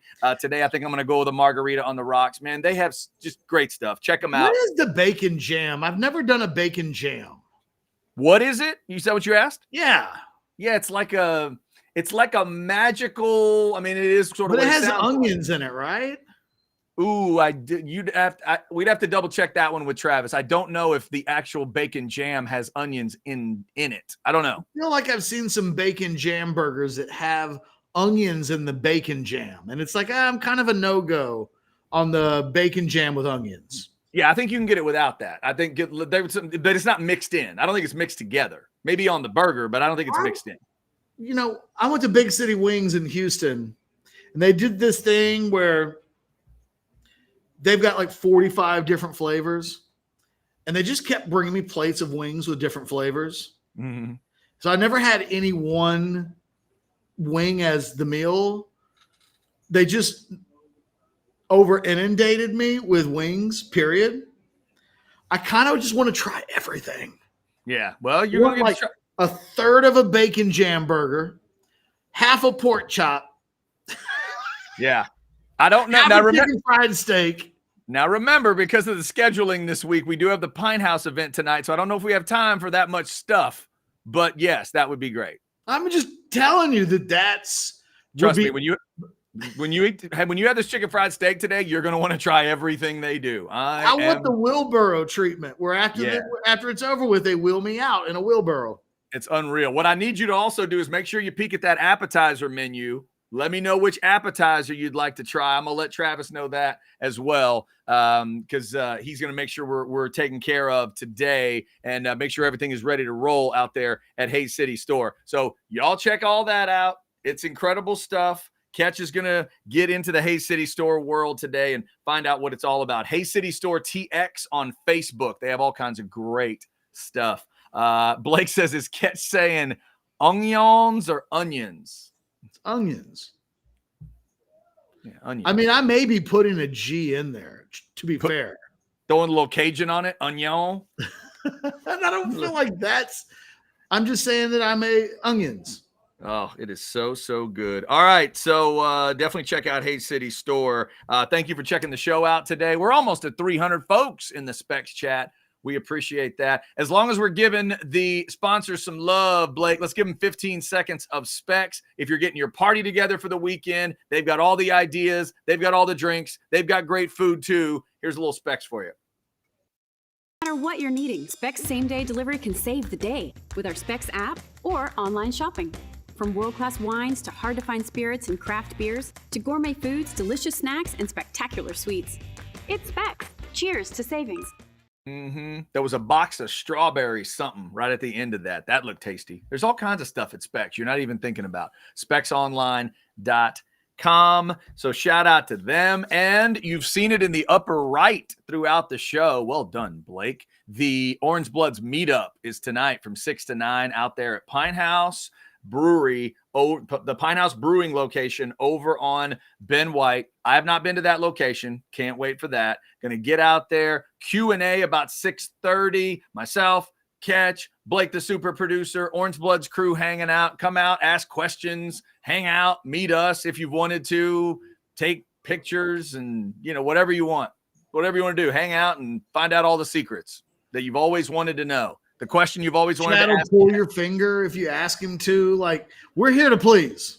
If you bring super chat money, yes, there'll be all kinds of stuff. Whatever you need. We eventually have enough jellyfishes as a crowd that we just start doing like carnival tricks, like guess Chad's weight. Right. We'll dress him up and put a sombrero hat on him and eat chips and queso out of the hat. Yeah. Oh, it's good stuff. Yeah. Chips and queso out of the hat. We could definitely do that. So we'll be at Pine House tonight. Ketch giving autographs. Paxton's asking, do you give autographs if they need it? If you bring my book, which I wrote in 2008, literally in front of Chad while we were doing shows together. Oh yeah. He didn't hear what I said for like a year. No, that is not true. It is not true. The way that book was written is that I was like, not going to do it. I know they paid me in advance, but I'll just pay the money back. I really don't want to do it. And then it was like, with about a month and a half to go, they were like, come on. They persuaded me to do it. Mm-hmm. And then I just wrote the book. And it was like a month and a half. I never heard anything that you had to say. Because I was writing a book in the middle of a show. 6 weeks, right? 6 weeks. I could have said anything. Wouldn't have mattered. 6 weeks you did say. Not you could have. Not you. For 6 weeks you did say anything that you wanted to. And it was pre-internet, really. Not pre-internet, but it was pre-social media, right? We didn't really have Twitter going. Yeah, it was so much the beginning of all that. Yeah, that's true. It's crazy, man. I still have like this 8-foot poster that they made of like the back cover of the book with like a younger Jeff Ketchum's face on it. Nice. It was like, oh wow, like they really thought we were going to sell a bunch of those books. Yes, they did. I did book signings. Yes. If you go to like a Half Price Books, usually you can find them in Austin. There's always one of my old Texas Longhorn books in the Half Price Books. Last time I went to a Half Price Books at Anderson Mill in 183, there were 6 of them. And I was like, how in the hell are 6 of my books here? Because they rotate those in pretty often. Like, people just giving up on me? Are they just, there's a mass like exit of Ketchum books in households all over Northwest Austin? Or, for a couple of days, for 2 days, Chad, I was an Amazon bestseller, #1. Nice. We had the #1 sports book on Amazon.com for 2 days. Very cool. Not 2 3. days. Not 4. But not 1. But not 2. 1. 2. Not 0. Not 0. 2. Not 1. Not 1. I am at 0. That's okay. That's okay. 2. We can't all be Amazon.com bestsellers. Exactly. Everybody's got their role, right? Everybody's got their role. You were an Amazon bestseller. I'm just the guy who's going to introduce you to the Hay City store chicken fried steak later. Everybody's got their role to play. You know what I'm saying? I gotta say that this chicken fried steak sounds better than that book. Dude, I'm telling you. Okay, real quick snapshot of my world last night. When it was done, here's also how great my wife is. Right as she's done with the pork chop, it's a bone-in pork chop. I walk by her eating, and she holds the pork chop bone up with a little bit of meat left on it and says, "Would you like to gnaw on this?" And I said, "Well, of course I would." So I grab it like you're a dog, and I go to start gnawing on it. Then she says, "Wait a minute, do you want to dip it in the gravy?" Oh my God. I said, "Of course I do." And I dipped it in that gravy, and then I'm telling you, it's one of the best things on earth. Their gravy is absolutely intergalactic. It's unbelievable. You know what they say about Wendy? What's that? It's a real woman right there. Yes, it is. It definitely is. It definitely is. She knew exactly what I was looking for at that point. She also could have communicated that by grunting. Oh yeah, she could. And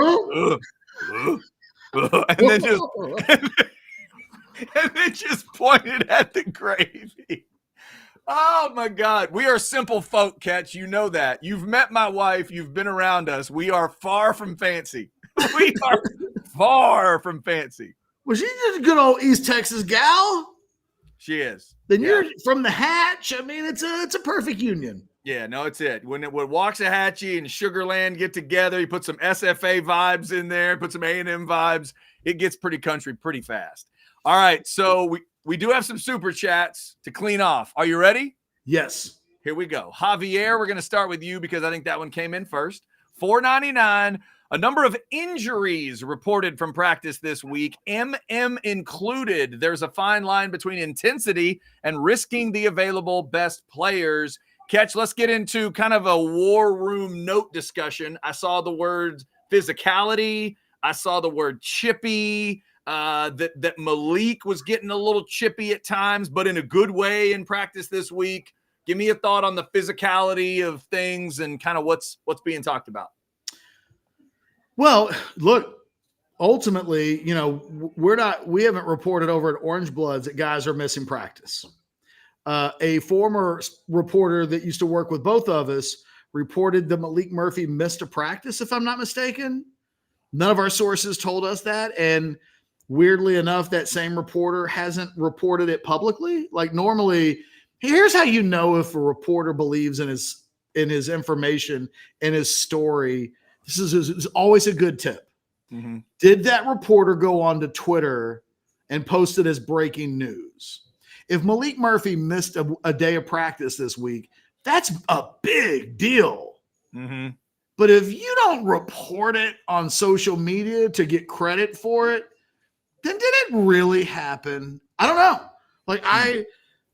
We haven't heard that happened. What I'm telling you is it was reported by a reporter, but that reporter didn't believe in it enough to go put it out in front of everybody's eyes. And typically reporters, when they've really got the goods, they want credit for the goods. They'll go put it out on social media so people know this happened and this guy was the first to report it. That didn't happen. So don't tell me that Malik Murphy missed practice. We haven't heard that yet. Yep. And yesterday, that same reporter had a chance to specifically ask Steve Sarkisian whether or not the player that he reported missed playing time this week. He had a chance to specifically say, Sark, I reported yesterday or the day before that Malik Murphy missed a practice. Did that happen? That was not asked.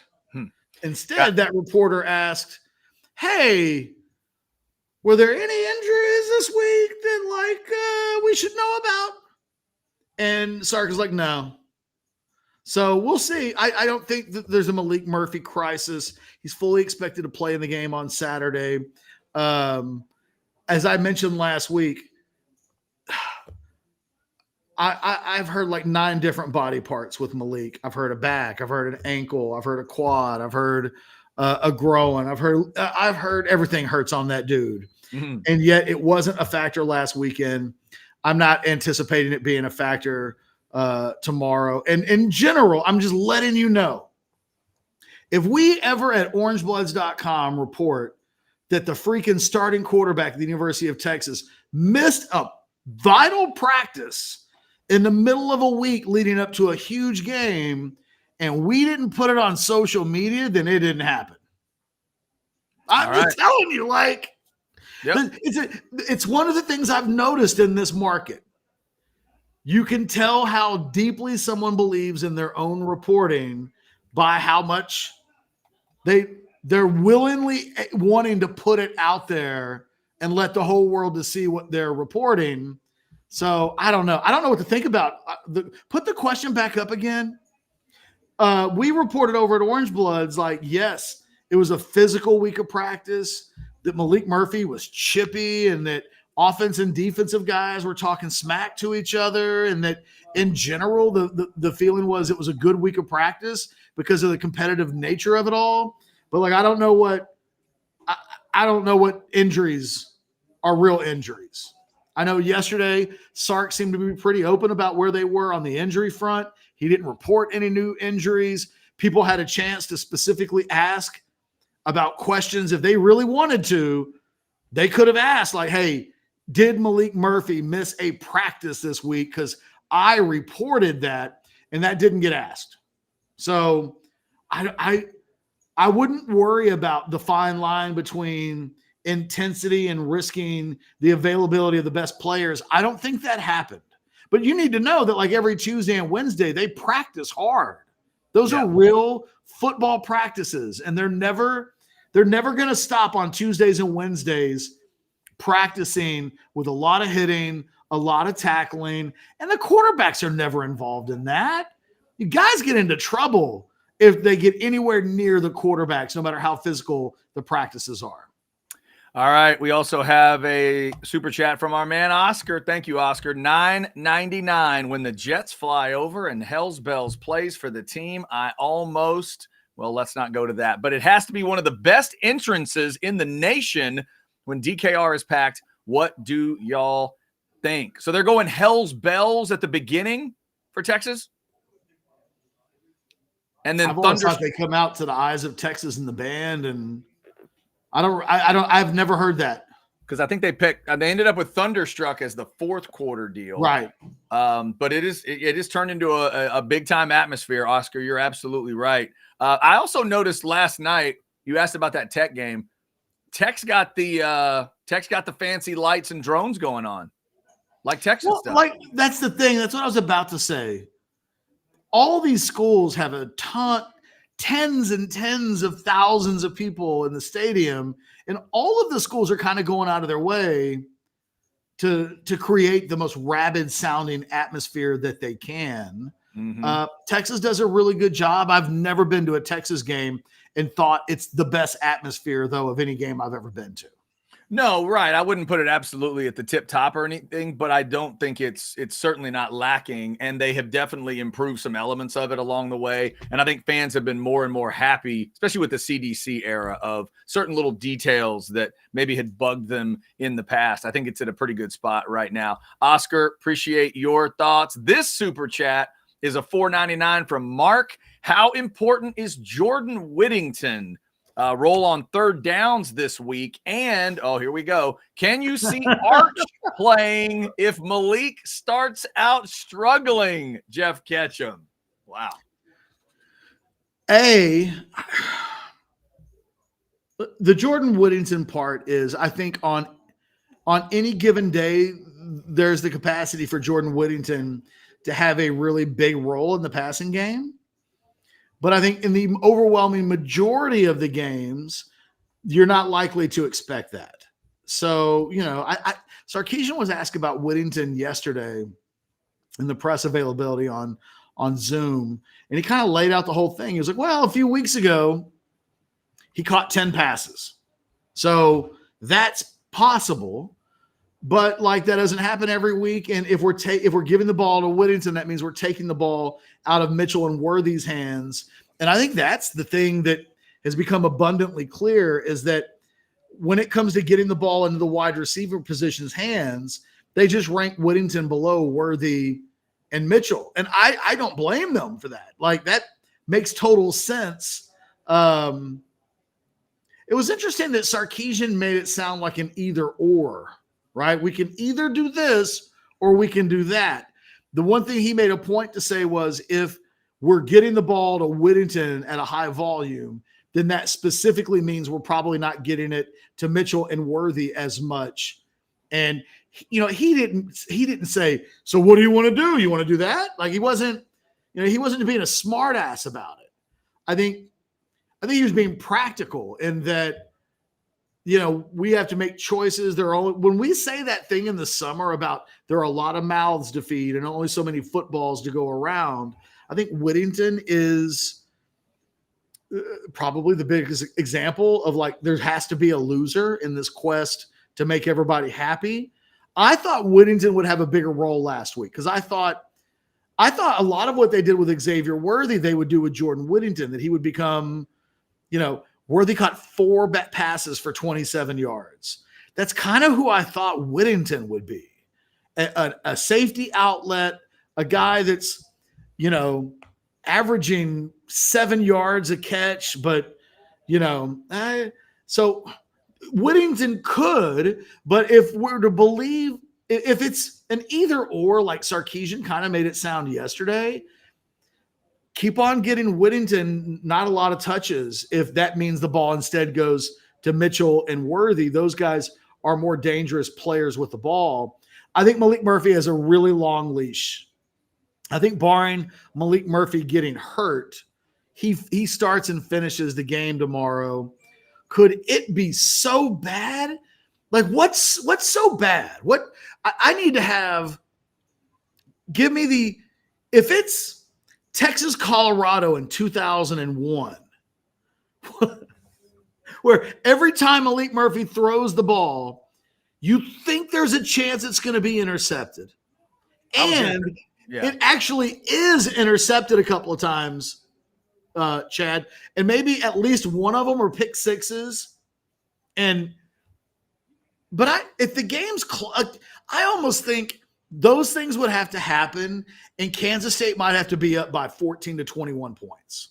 I was going to say, I'll paint you the worst scenario. 2 pick sixes, 3 turnovers, 24-0 Kansas State second quarter. Do you see Arch Manning? No. Okay. That's about as bad as I could come up with off the top of my head. Let me give you another bad one. Arkansas 2021. Where we're in the third quarter, and it's the first drive of the third quarter, and Malik's just been terrible. And they give him the first drive of the third quarter, and then it goes for, let's say, a pick six. Right. Maybe at that point, the answer is yes. They don't believe that Arch Manning is ready to play. Simple as that. Simple as that. Yeah. All right. Mark, thank you so much for that super chat. If you want to jump in on that, please do. Also, this question came in earlier, Ketch, on the chat from Teto. What is the line on Chad using Rogue this weekend? Now we get to the personal gift exchange part, because you spoke about maybe bringing some Rogue products for me. Did that happen? Yes. You also said you may bring the Blinky t-shirt. Did that happen? Yes. Excellent. I have a Texas State old school SWT t-shirt for our man Blake, the super producer. Blake, am I going to be adding to the Hall of Helmets with the new Texas State helmet today? Is that happening? Oh, I see. He's got the helmet. He's got the helmet. He's going to be bringing that to me today as well. So we have a gift exchange. There's gift exchanges going on. My gift is chicken fried steak, right? And you are going to get the Bay City Store chicken fried steak. Yes, yes, yes. So, and I didn't get to tell you this yet, Ketch, but yesterday when I spoke to my mother, she was a little concerned about the Rogue discussion. She's like, no, wait a minute. When you were asking these guys about if you should do a gummy or if you should legal, Mom. I had to explain the whole thing and Rogue Shop and the legality and then CBD, and we had to get into that whole discussion. We got to get her some salve, and she can rub it like on arthritis pains or anything like that. Does Mom have? Does she have anything going like that? I told my mom about Anwar's success with the salve, and I said, Mom, apparently they have some of this salve that works really well. You know, might need to try some of that. So yes, that'd be great. I think that would turn her. Sounds like my uncle. The salve was the thing that was like, this is fantastic. Mm-hmm. Is this what it's like? You put products on your body and they make you feel good. And I think he might have even gotten a gummy or two and was like, this is the best. There it is. Who have I been listening to my entire life that I've been depriving myself of feeling this good? Yes. So shout out to Rogue. Apparently I will be getting the first products that I've dealt with. And I don't know if it happens this weekend or not, but trust me, y'all know I will give you a full report. Here's another chat from earlier just to clean stuff off. Mark, maybe the same Mark, says, first time I'll be at the game since 2005 when Texas whipped Colorado and Joel Klatt was the quarterback. He'll be in the building Saturday, so maybe it's a great vibe. Maybe, Mark, because he will be there. Hey, Mark, this is that game that you were at. So I met my wife the day before that game. And part of the Texas-Colorado game in 2005 was when my wife and I, who at the time obviously wasn't my wife, when we were talking, the point of me being at the Texas-Colorado game the next day came up. And she said, oh, I'm going to the game too. So we were going to connect at halftime of the game and see each other.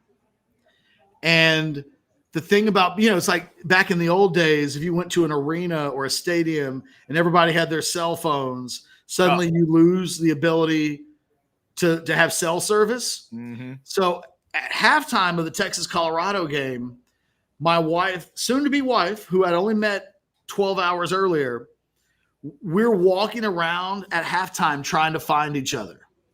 And there gets to be a moment where she can't reach me and I can't reach her, and the game's getting ready to start the third quarter. And, it was so competitive. I need to be back in my seat. And, I was just about to give up on finding Heather in this crowd at the stadium. And then out of nowhere, she appeared and we connected at halftime of that game. And who knows, like I might not be the married man that I am with 2 9-year-old twins, had the serendipitous of 2 people without cell service in 2005 being able to find each other in a crowd. Less than a week later, she was in Austin. I flew her down for our first date. For a first date. I flew her to Austin. Look at you. Playa. I was like daddy back in the day. Alea.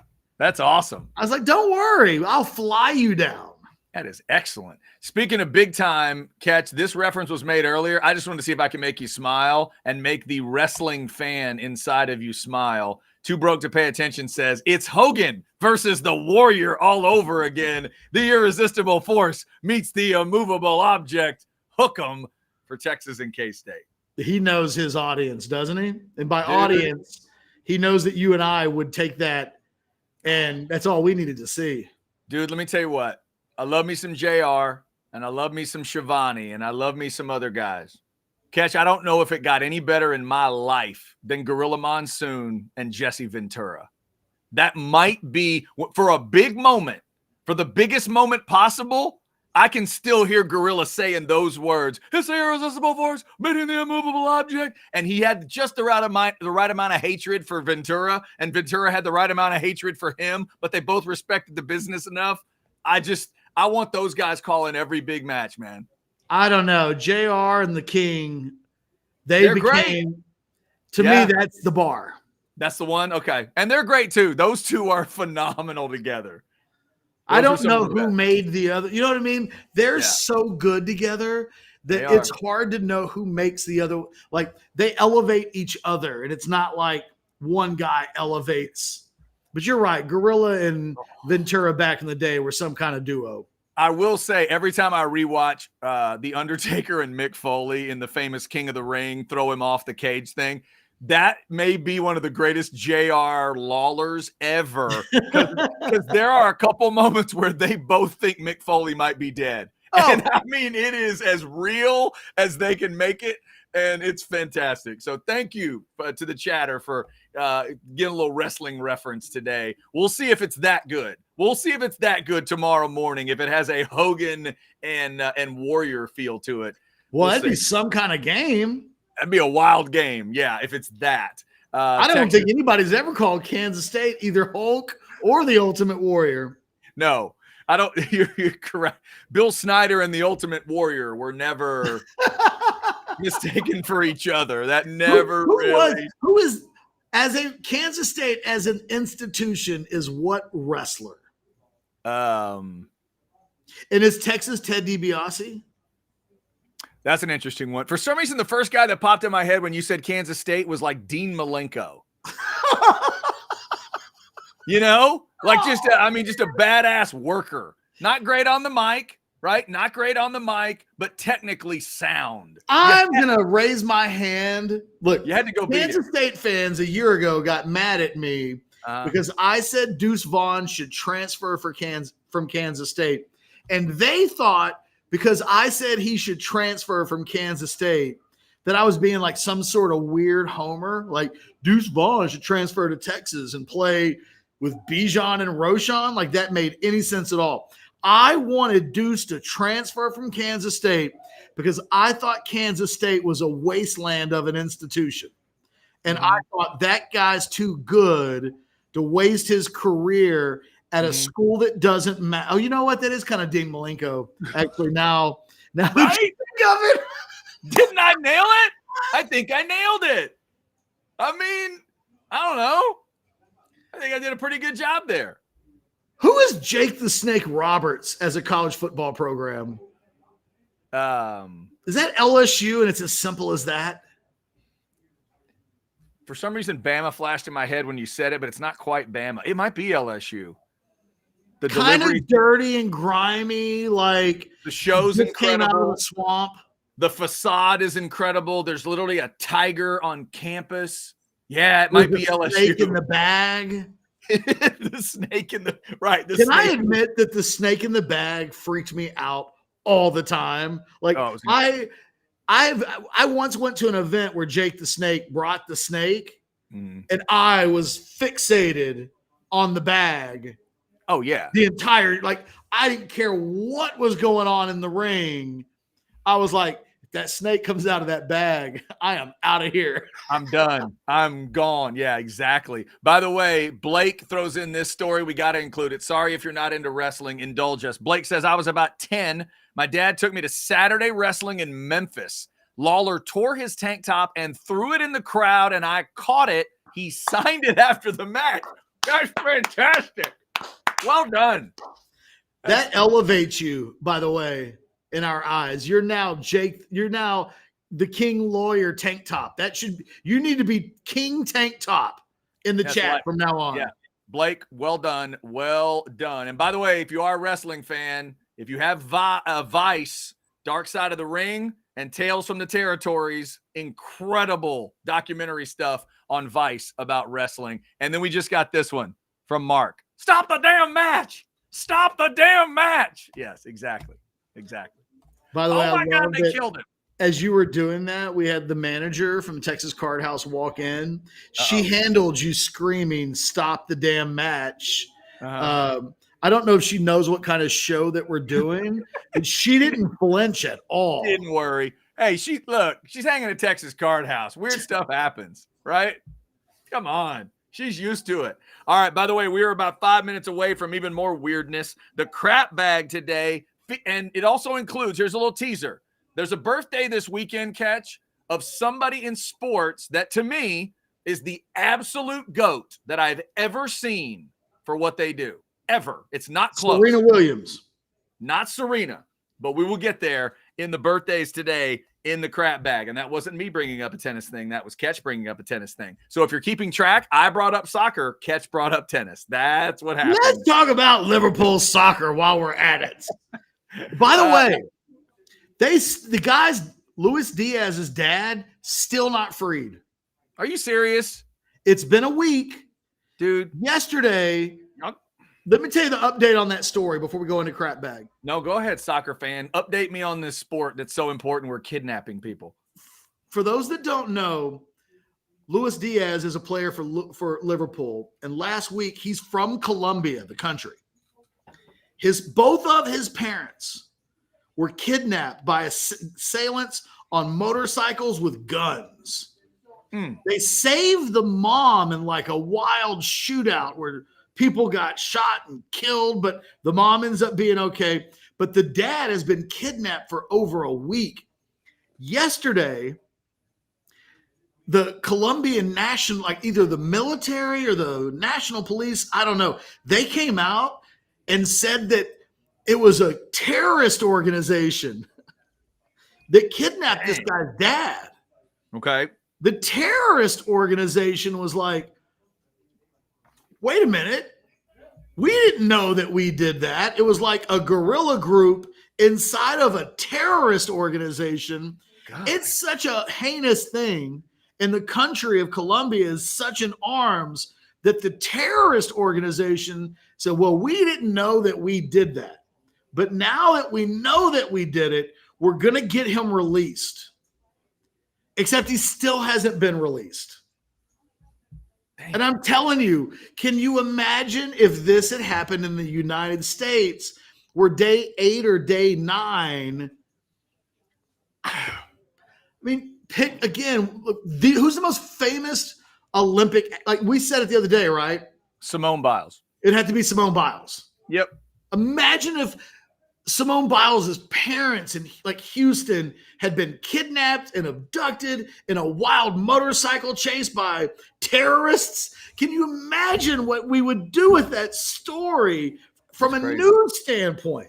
That's amazing. Yeah, no, I can't imagine what type of story that would turn into. And because it's in like a third world, no offense to Colombia, but like, quite honestly, you know, if there are areas of your country that are controlled by like guerrilla terrorists, then maybe it's slightly third world. All it takes is like for something like that to happen. By the way, I once dated a girl from Colombia. Kind of happy now that we never went there. Glad you didn't go visit the family. It can't be great for the Colombian tourist division. No, that cannot be a good thing.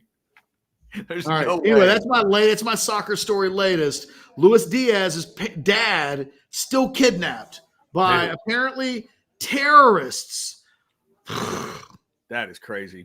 All right. Before we hit the top of the hour and get into crap bag, let's remind everybody one more time. Well, not one more time, but remind you again about the Pine House event tonight. Shout out to the great folks at Pine House. We're headed to the Pine House Brewing location on Ben White.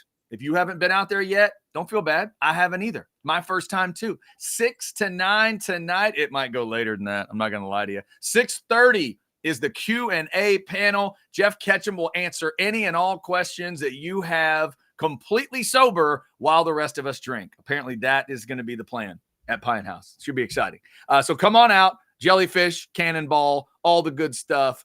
And come meet the Orange Bloods crew. We want to meet you. We want to see you. We've already had a couple people in the chat saying they're going to be coming out. So we cannot wait to see you. And remember, as long as we're mentioning Pine House, tomorrow morning, 11 a.m. kick, 10:45, we'll jump in with the Orange Bloods Live watch along. It's been sponsored by Pine House throughout the season. So just to clarify, tonight's event is at Pine House only, not on Orange Bloods Live. The watch along is on Orange Bloods Live tomorrow morning. So don't feel like, oh man, I'm going to be alone watching the game. No, you're not. Come watch it with us at Orange Bloods Live. You sit in the comfort of your own home. We'll do the same thing, and we'll check out Texas and K-State together. It's awesome. Very emotional. 200 Two things, Chad. Yes, No, sir. go ahead. Go ahead. No, you're good. I was going to say two things. One, I checked. Doesn't appear that Luis Diaz's dad has been saved since I last did. I did that update, and I thought, well, maybe because I've been doing the show and I haven't been online, it happened in the last 2 hours. No. And two, I don't know if I'm going to be able to get the massage woman in here before the show is over. And I'm kind of disappointed because I figured out her look. She has a look. Okay. Remember the woman? I can't remember if she has a name, but like in World War II, I can't remember if she has a name. the woman with like the red bandana around her head, and it was like her in a factory, the factory woman. You're talking about Rosie the Riveter? Is that what her name was? The Rosie the Riveter was the vibe that was given to like the women who had to go into the workforce when the men went to war. They were known as Rosie the Riveter. That was like the general term. She could dress as Halloween as Rosie the Riveter. Okay. Rosie the Riveter had a little something to her. Yeah. She's got a little bit of that vibe going right now. Okay. She's got some tats. She's got the red bandana on her head. She's like putting her elbow in and giving people that massage. And okay. Good stuff. Little Rosie the Riveter. Shout out to all the Rosie the Riveters out there. My grandmother technically was one of those. She worked at a dentist office, not in the factory, but she was one of those women that jumped in the workforce and helped like hell when the men went off to war. All right. By the way, Texas Card House is where Ketch is right now. 183 in Anderson Mill. If you haven't gotten out there, check it out. I'm in the private room. Look at that. With Daniel Negreanu behind me. Okay. My computer's actually on a poker table.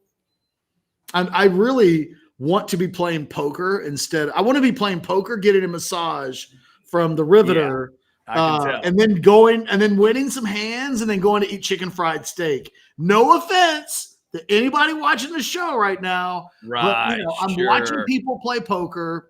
I'm watching some dude get a massage from Rosie the Riveter. How about this? Why don't you, like at some point during the crap bag, if you just feel the need, why don't you go try to talk to her? And then Scottish guy will happen at 2:15. Maybe you use that time period to just try to get yourself a massage. The thing is, like all celebrities, I don't want to do the work. I want her to just come in and start giving me a massage. I see. Okay. Fair enough. All right. I don't want to have to get up and go ask if there's a line. What I need is someone waiting on me hand and foot and saying, Mr. Ketchum, do you have everything that you need? And at which point I say, actually, I need Rosie over there to come over. And because my thing is, I don't even know if I can get them. Are those for players only? And because I'm not a player right now, I might not even be eligible for a massage. That's true. Yeah, that's something we may want to find out. All right, so we have crossed over that 2:00 hour. Ketch is longing for a poker game and a massage. I'm sure a lot of you can relate to that. Hey, ever since I started talking about it, I feel like I've had this knot in my shoulder start bothering me. It's like I'm through like osmosis, I can feel the need of the massage. Yes, that's it. That's it.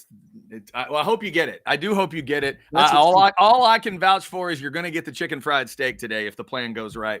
All right. So in terms of the crap bag today, we'll get to that crazy birthday list. But first, I want to throw out some thanks to a group of Longhorns. Ultimately, it's my wife that I thank because she's the one that told me the story. But One of my favorite things in the world, Ketch, was the reaction from Longhorn fans after the bonfire tragedy in 99. We are coming up on the anniversary of the bonfire tragedy. And for the very first time, members of the Texas X's are going to be helping the folks at A&M get the site ready. And this is the site, if you've never been over there, it's a very emotional place for us Aggies and for a lot of other folks. This is the Bonfire Memorial right there at the old bonfire site, if you remember where bonfire happened. And if you don't know about these archways, my favorite little detail is each of those archways, there's one for all the 12 people that died. When you stand inside those archways and you face out, you're facing their hometown. And inside the walls, they have carved in their stories and a biography about them. But the Brazos Valley, that's awesome looking, by the way. Yeah, it's an incredible place, and it's an incredible. I mean, you know how my people are, Ketch, man. We can mark a moment. We can absolutely mark a moment and pay tribute, and the emotions of it's incredible. The exact time that it fell is imprinted, engraved out at the center point where the center pole was. It's an emotional place. So they get together every November 18th at 2:42 in the morning. I believe that's the time to pay tribute. So the Brazos Valley chapter of the Texas X's is the group that's now going to help out to get ready at the site.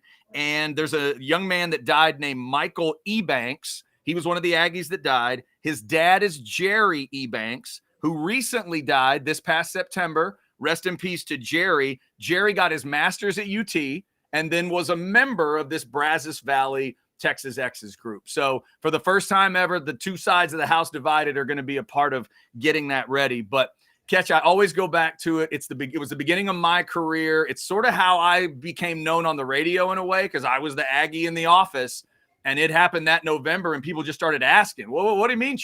Chad, what's going on? When do they do bonfire? Why do they do bonfire?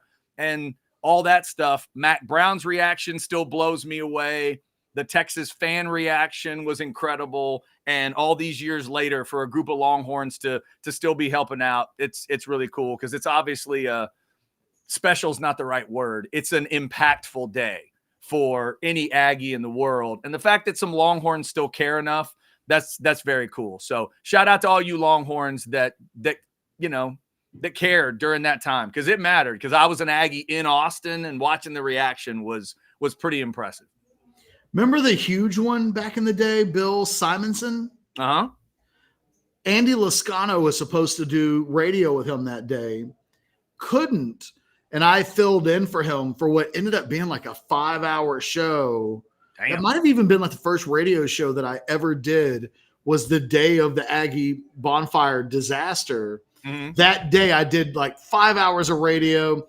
And then what was always really unique about that was Alex Jones did the show before us. Oh, wow. So crazy, weird world. I can't believe it's been that long. It's about, we're about to be 24 years this coming November 18th.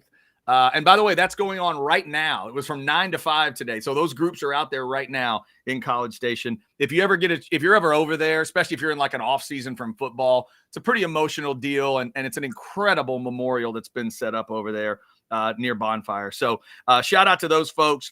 Also, Ketch, we have a weird group of birthdays today. There's some controversy in here. I'm letting everybody know, but 4 names popped out at me. Number 1 is Roseanne Barr's birthday today. She's 71. Wow. Groundbreaking comedian back in the day, the groundbreaking TV show. But there's also some complexity to Roseanne. Don't know if you know. Back to, I mentioned earlier about the wrestling stuff. If you're into stand-up comedy and you have Vice, the network, they are now doing Dark Side of Comedy. So they're doing full hour-long deals on certain comedians, and they have one on Roseanne. They tell the full story. So if you want to go check that out, check out Vice. They've got that for you. And next Tuesday is the episode I've been waiting for, Carlos Mencia. We just finished we're talking about Michigan right now and sign stealing. Carlos Mencia in the comedy world became known for joke stealing. And it cost him a ton of money, and it cost him a big hunk of his career. And I don't know the full story. I just know parts of it. Tuesday night, we're going to get that on Dark Side. Stop stealing jokes, Carlos. Come on, man. It's a crazy story. Apparently, I think it's Joe Rogan at one point confronted him on stage at the Comedy Store in front of everybody So there's like wild stories with Carlos. I've got to go check that one out. But happy birthday to Roseanne today. I hope she is well. Happy birthday to the controversial Colin Kaepernick. He's 36 today, Ketch. I think that ship has officially sailed in terms of him getting back in. He says he's in good shape, but damn, 36 already. I mean, for Colin Kaepernick. He's in good Tom Brady shape, but like maybe crazy? not good, I don't know. Like I'm still stuck on a couple of quick thoughts. One, it's hard not to think about the bonfire now and realize everybody involved in that would be like us now. They'd be married with kids. They'd be into their lot. You know what I mean? Like they no longer would be young. They would be older adults with full families and just, it sucks all these years later to know that all of that was taken away from those young people that night, that 24 years later, all of the things that we got to do. Yeah. It's almost less about like them dying so young as much as it is all these years later, just what they were deprived of, which you don't think about a whole lot when it happens, right? When it happens, you don't think, oh my God, in 24 years, those people would have had children that would be teenagers and things like that. But now so much time has passed. It's like, God, everything that they lost, it's just unmistakable. It's just really hard to get away from. The second thing is, I just wondered if Roseanne Barr sings the national anthem. She did that in San Diego, right? Correct. Because the owner of the Padres like owned the company that did the show, something like that. There was some connection, owned the network or whatever. If she does that in 2023, is the outrage the same? We are in the middle of a cancel culture, right? Like you can get canceled for doing something crazy, but I feel like in general, as a country, I don't know. Would we have canceled her for that? Man, if it happens now, obviously it's in a post Colin Kaepernick world and with all that happened there. So maybe, I think there's still a chance. I do. Huh. I don't know that I have a strong opinion either way, but that was always such a weird story. The national anthem as a thing always really interests me because some people like that is a line that cannot be crossed. Yeah. And then I think other people who are like, I wish you cared as much about like homeless people as you do a song. I think there's a chance based on what we've seen with the Colin Kaepernick situation and some other stuff. I think there's a chance it would actually have been worse for Roseanne, not better. You think so? Yeah. I think it could have been actually worse. Interesting. Yeah, and that is a wild part. Went out and sang a horrible rendition of the national anthem that was almost as hard on my ears as Roseanne Barr, but he didn't mean, he wasn't grabbing himself. He wasn't spitting. He wasn't trying to play a bit, but it's interesting. Just, you never know what's going to get like that reaction. On another night, she does that and nobody cares. Yeah, you're right. It was a perfect storm for her. And I don't mean to sound like I'm caping for Roseanne Barr because it wasn't just an anthem that made her at times a regrettable human being. That is true. That is true. All right, real quick, 2 birthdays for tomorrow. The Minister of Culture will turn 54 tomorrow. And he's going to be on the Fox broadcast. He's going to, not the broadcast. He's going to be on the Big Noon Kickoff. He's going to be a guest. So happy birthday to Matthew tomorrow. He will turn 54. Always love seeing him. I got my DVR already set to record to make sure I catch it on Fox tomorrow morning. 54. 54 for Mr. Matthew tomorrow. And he still looks about 54 times better than you and I will look at 54. Yeah, it's not fair. Not fair. No, not fair. Not fair that he's that good looking, that charming, and apparently never doesn't shower very often. Like I was going to ask, he's so good looking that he gets away with being funky. Yeah, he's incredible. That probably showered. I don't think he uses deodorant. Like I think he's a big like this is my aroma. Yeah, and like one person's aroma is another person's stank. And dude, he married a woman that apparently is that way too, and she's like she's a smoking hot Brazilian woman, if I'm not mistaken. And they just hang out and they're just funky and hot together. It's like, but you probably happier than all of us non-funky people. Definitely.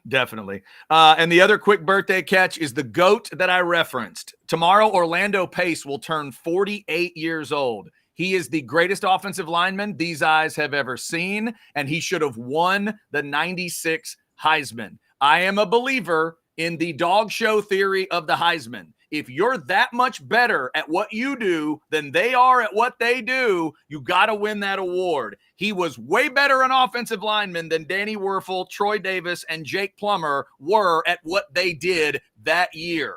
Orlando Pace got robbed in 96, and I've never seen a better offensive lineman in my life, period. Happy birthday, Orlando. Orlando Pace should have won the Heisman. Yeah. B, not the best offensive lineman these eyes have ever seen. Oh, okay. Let's do it. Who you got? At his absolute apex. Yes. Pre-car accident. Okay.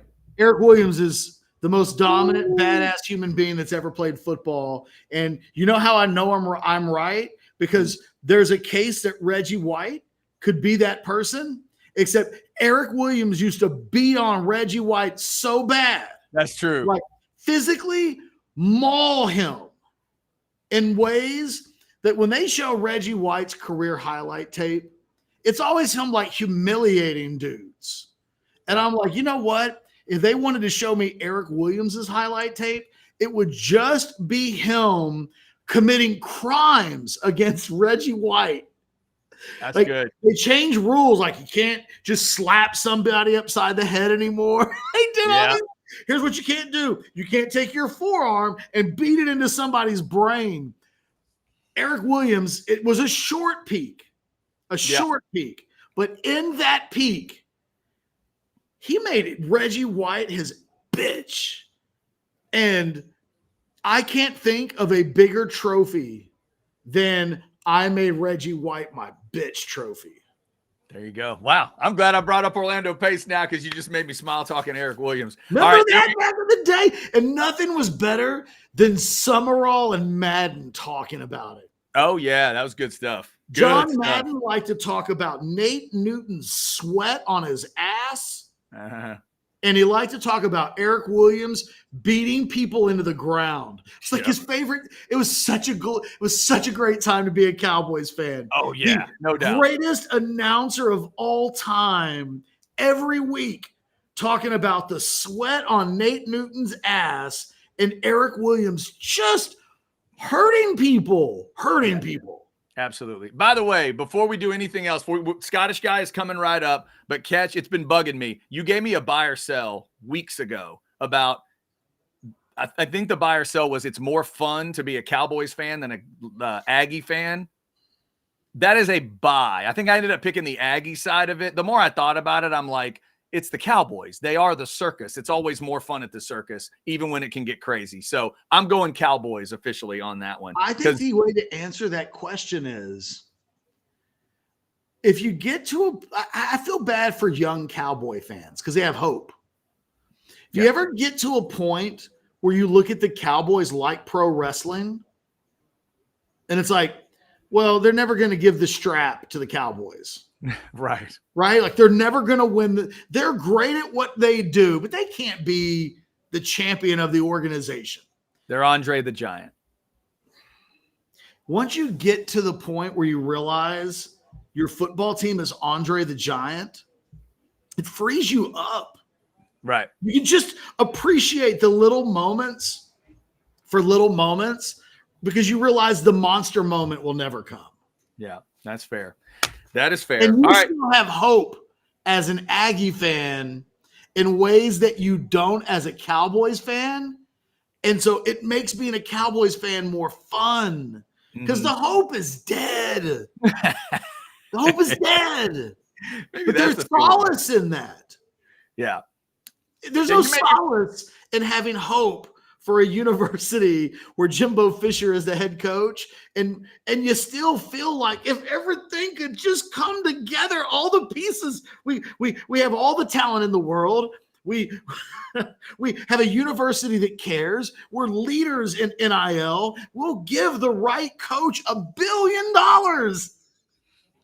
And all of the years he could possibly want. On paper, there's hope. Yep, that's it. All All right. I feel for you, young man. We'll get you a little more Texas and K-State talk before we get out of here on a Friday. It's just about Scottish guy time, Ketch. You ready? You going to go try to get that massage or what? No, it's too late. All right. But I'm disappointed by not getting Rosie's massage. Man. Which sounds bad when you say it like that. That really does. When you say that out loud, you might want to rephrase. That really doesn't sound good. All right, let's see what the Scottish guy sounds like this week. Texas is about to play K-State. Here we go. Scottish Guy is brought to you by McCullough Heating and Air Conditioning. Go to coolmenow.com or call 518-0119. Hit my music.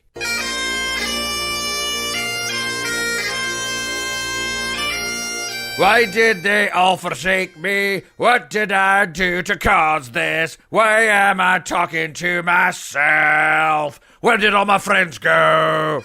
We'll get to the purple problem that's easy to solve after hitting a Dabo rant for the ages. First up, the caller. Curious if you've ever read Proverbs 16:18, which talks about pride coming before the fall. Tyler, who could be mad at you? Thank you for your service and for having a point to make. Was it a good one? Something changed, and there seems to be a lot of arrogance that came in. Who cares? Your job is to get on and be able to talk. Their job is to cut you off if need be after, 2 minutes maybe. No notes, lad. Don't be a stranger. No to the coach. So, William, it would seem you're still carrying around a lot of anger. They're just never going to give you enough credit, are they? And without it, all the trophies, money, and slides at the office will never be enough. Good luck with that. But we need to talk about this. But there ain't one thing in my life that I've ever failed at, Tyler. Never. Ever. Remember, Dabs, you brought it up. Not gonna mention losing 2 in a row or anything so basic, but never failed at anything. You failed to answer the easiest question ever. If your mother has to live with you in college for 3 years and there's only one bed, where do you sleep?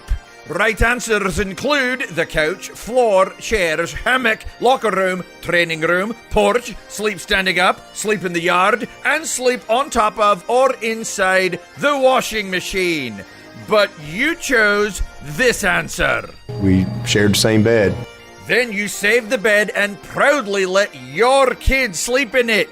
And you let game day tell the world instead of just telling your therapist. Good luck this week with the Irish, Dabo. Maybe you can get off that high horse long enough to touch that rock.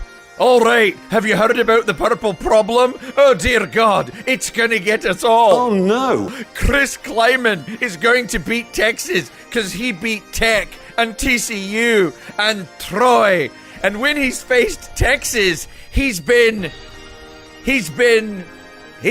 beaten every single time. Longhorn fans, get your collective heads out of your burnt orange asses. Start appreciating 29-point wins and go to church and pray for red zone success. UT62, the guy that has not beaten Texas. 3. This is SG, MAALIK. Right now at McCullough, some of the lowest replacement costs ever. 0% financing for up to 6 years and up to $5,900 in rebates and discounts and tax credits in 2023. But you're running out to 2023. Get it done. 518-0119 or coolmenow.com. Go immediately. It's a lot of angry air conditioning right there. That's what that is. Welcome to McCullough Heating and Air Conditioning, the perfect sponsor for the Scottish guy. It's perfect. Scottish Terrier, plaid. Look at him. Perfect. It's beautiful. Beautiful. Scottish guy's day job back in the day was voicing some McCullough stuff. Shout out to McCullough. Doing great work. There's your QR code to scan and they do have all kinds of cool stuff going for you right now. I'm a little disappointed that we didn't call, like, the Scottish guy calling out Dabo for sleeping with his mom in the same bed, to clarify, right? Like, it's hard to believe that's a thing. It really is. You know, like, I lived with my mom during college. We lived in Hyde Park, University of Texas, right down the street. There was no, it didn't feel like at the time there was any real reason to need to move anywhere else. I lived in Hyde Park. I lived where everybody wanted to live. Why would I move out? But you were down there on like Avenue B, right? Down in that area? Next to Avenue B Grocery. Yeah. Okay. Gotcha. I would get up in the morning, sometimes just like in my boxers, and like I'd put like socks and a shirt on, but like maybe sometimes not pants. And I'd walk next door and I'd buy a Dr. Pepper from Ross. He got a Dallas Morning News newspaper machine put right in front of the store for me. So back in the glory days, I could wake up, go read about the Cowboys. Man, I really would have slept on the sidewalk and been homeless before I would have slept in the same bed with my mom. Yeah, it's really one of those. It was such a weird detail of the story. It was a Tom Rinaldi for people who don't remember. And I think they even did 2 different game days on it, 2 different treatments of it. And they tell it this big emotional story, and you think you know the story you're about to hear. And that one little detail screws it up. You're like, wait, what? Huh? What did you didn't have a floor? What did you just say? Like, what just I was thinking of like, what's the comparison? You know, like if you're telling me that your mother needed a job, right? Your mom needed a job and she was working her way back from, drug problems and prison, and you found her a job and she worked at that job hard for 3 years and got enough money, and then she was able to get her own place. And then you tell me the one little detail. And by the way, I owned a strip club and that job was getting her a job as a stripper. And then you just keep going. You're like, whoa, wait, stop. You did what? So that's what that little detail was. And I can't forget it for the rest of my life. Like, it's just three years too, not a weekend. If it happened once, right? If it happened one time on a Saturday, I ripped the crap out of you the next week. And I go, wait a minute. Well, hold on. You didn't let your mom have the bed? Seriously, just you animal, let her have the bed, right? Cool. Because part of the thing is like, there's a million layers to this, but when you're young, you don't need a bed. No. And you know what they probably sold in Alabama back then? Air mattresses, regular mattresses, futons, towels. The thing is, you gotta like sleeping with your mom at least a little bit to be like, hey, if it's not too much to ask for Christmas, air mattress. I mean, you're smart enough to go from walk-on to Scully at Bama and end up with a natty under, that would have been Gene Stallings. And nobody was smart enough to figure that problem out. Nobody was. Some of his friends had to know, right? Oh man, last night mom wouldn't shut up. What do you mean mom wouldn't shut up? Well, I sleep in the bed with my mom. You what? Like, what are we doing? I don't know. I'm out of words because I just would have been making the idea that 3 years went by. You know what I would have done? I'd have went to Academy down the street here on 183. I would have broke into Academy and stolen a sleeping bag. Right? Anything. He couldn't. Not one guy on that Bama team liked camping and owned a sleeping bag. Not one. Gene Stallings didn't know anybody in Tuscaloosa that owned a cot. Not one. They didn't have a cot. He didn't ask because he didn't want to ask. Because he enjoyed. I don't know. I don't know. Hey, Chad, if you and I were in a situation where later today, there was only one bed for us to sleep in tonight, and we both had to sleep in it. Can you imagine? Okay, I can't imagine it actually, but in a world where like it had to happen all the time. Yeah. Or or you find a better solution, don't you go? You do whatever you got to do. I'm telling you, I might go to prison for breaking and entering a sporting goods shop. It's just silly. Mark, thank you. We only had one mattress, Tyler. Yeah. No, you're right. The answer is anything else. It's every Maybe other Tyler should have written broke out a different Bible verse. One about moms and kids laying in bed together. It's just goofy. And then, it was goofy. It was so goofy. And then to allow the game day thing and to bring them into that room and say that your kids are now sleeping on the bed. And it just took this turn to craziness, man. And because the story of him and his mom and what apparently there was drug addiction and getting her out of that situation. And it is an incredible mother-son bonding story. But I get it. That's wonderful. I'm glad they have a great relationship. But that's the one detail. There's just one thing and it's whoa, stop. Some things you just cannot unsee, unthink, not hear, or whatever. If you hear your buddy has a great relationship with his mom and he keeps telling you how great his mom is, you're like, that's awesome, that's cool. And the very first time you meet his mom, when they say goodbye to each other, they kiss on the mouth. Oh, come on, man. You're gonna ruin Hayes for way too long. You're gonna ruin the chicken fried steak if you keep that up. If you see something like that, you can't unsee it. Just like this. I know this. I can't unknow it now. That's one of those things where on Monday you're making sure it's in the show like I do to share. I can't have that in my head by myself. No, exactly. You find that out? Yeah, I've got to you got to tell somebody. College son shall not layeth with his mother. Catch 316. Catch 316 says buy a cot. That's what it says. Thank you, King. When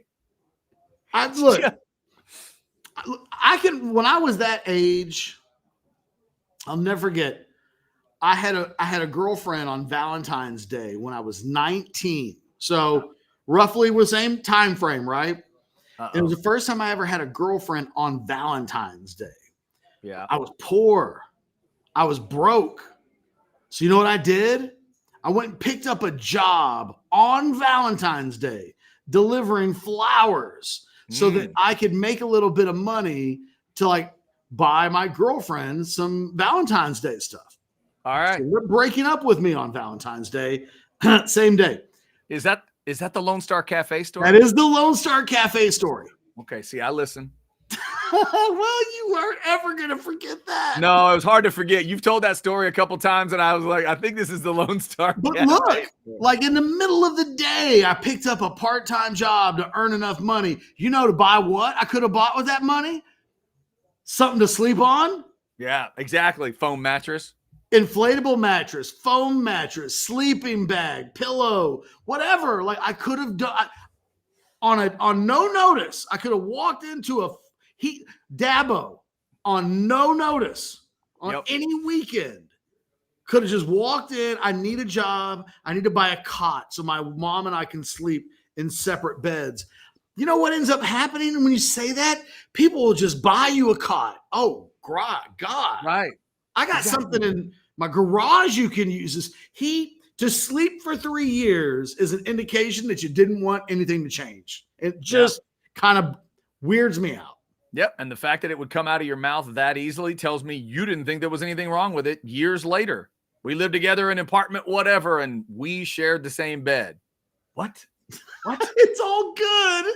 What? Until that last part. All he had to do was say the apartment number and we'd have all been fine. You could paint that picture, right? Apartment 8. Oh my God, he lived with his mom in an apartment, right? It's not a house, not a big house, an apartment in Tuscaloosa in the 80s. We can all get that picture in our heads. And then he puts the picture in our heads we didn't need. Whoa, it's not that. The 1980s just called and they want everybody to know that it's not the 880s.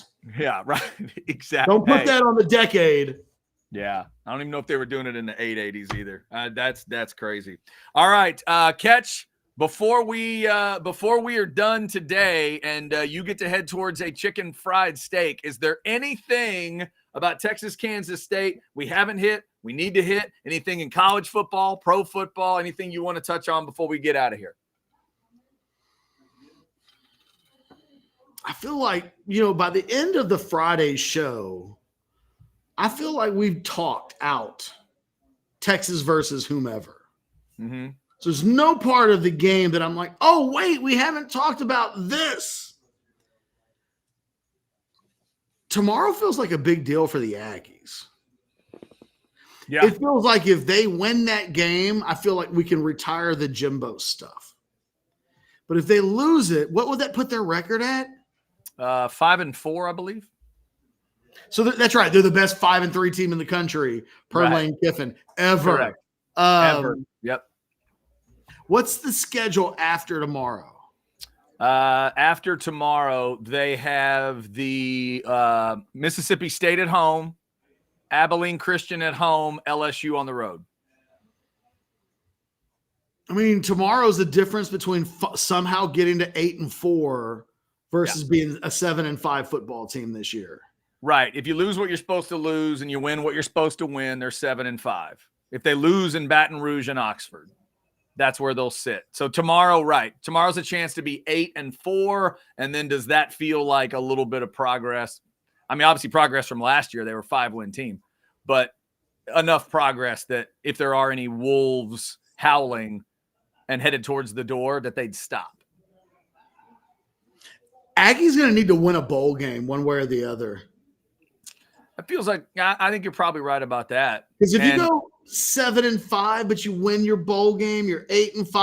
I mean, it's not good, but it's kind of what Sark did in year 2 to a certain extent. You know what I mean? Yeah. It's like, hey, we were better. And it's like, well, no, you were only better because you lost so many games the previous year that the bar got dropped to levels where it's like, hey, we made improvement. We made 3 games of improvement. Like you can do those mental gymnastics when you're terrible. Yep. I don't know what to say about Jimbo. And I almost wish the Longhorns had a bye this week and we were doing the A&M Ole Miss game tomorrow. Not because I think Ole Miss is going to kick A&M upside the head and it'd be a lot, because I think the drama in that game, it might weirdly be as much drama as any in the country this weekend. There will be games with much, much, much, much bigger stakes. But, boy, we're just doing this thing with the Aggies that, I feel like we've reached the point where all of A&M's rivals are hopeful that the Aggies keep Jimbo. Nothing's worse than when a school has a coach that the only people who are thankful that he's still the coach are all of your rivals. Right. You run into a Longhorn fan, it's like, oh, keep Jimbo forever. We love him. And all you can do is like, really? Yeah. Well, and I think that's funny, huh? Here's the other thing about tomorrow, Ketch, that I'm hearing from everybody else. Because I think you and I are both in the same boat that we think Ole Miss is going to win the game. I think you think it may be by a little bit. I think it could be by a lot. But again, I may have the PTSD that you're talking about. But what I keep hearing are 2 things together. A, Lane Kiffin always drops games. He will always drop a game when you think he's not going to. They will be good and he will drop a game. And then on the other side, it's Jimbo Fisher always finds a way to give you enough belief to hang on. Those 2 things I think are crashing together for a lot of people. And by the way, the money, the money on this game went towards the Aggies. It was 4.5, and then it just kept moving. Money started coming on A&M, and it ended at where it is now. I think it's still 3, like a solid Ole Miss by 3. So it's those 2 feelings at the same time, I think. For now it's 2.5. Now it's down to 2.5, Ketch. The money is all come in on the Aggies, and people don't trust Lane Kiffin to get it done in a game like this. I'm telling you from my eyes so far, Ole Miss feels different in that regard. I think they are more real than people are giving them credit for, and I don't think their defense is a hunk of garbage. I pointed it out this week. They gave up 23 or less in every win except LSU. And they played a crazy one against LSU. I got it. But I feel like their defense, their run game, the passing game, the matchup for A&M, I just think is bad, Ketch. I think the back end is going to be in trouble for the Aggies. I think Ole Miss is going to hit them with some pass plays.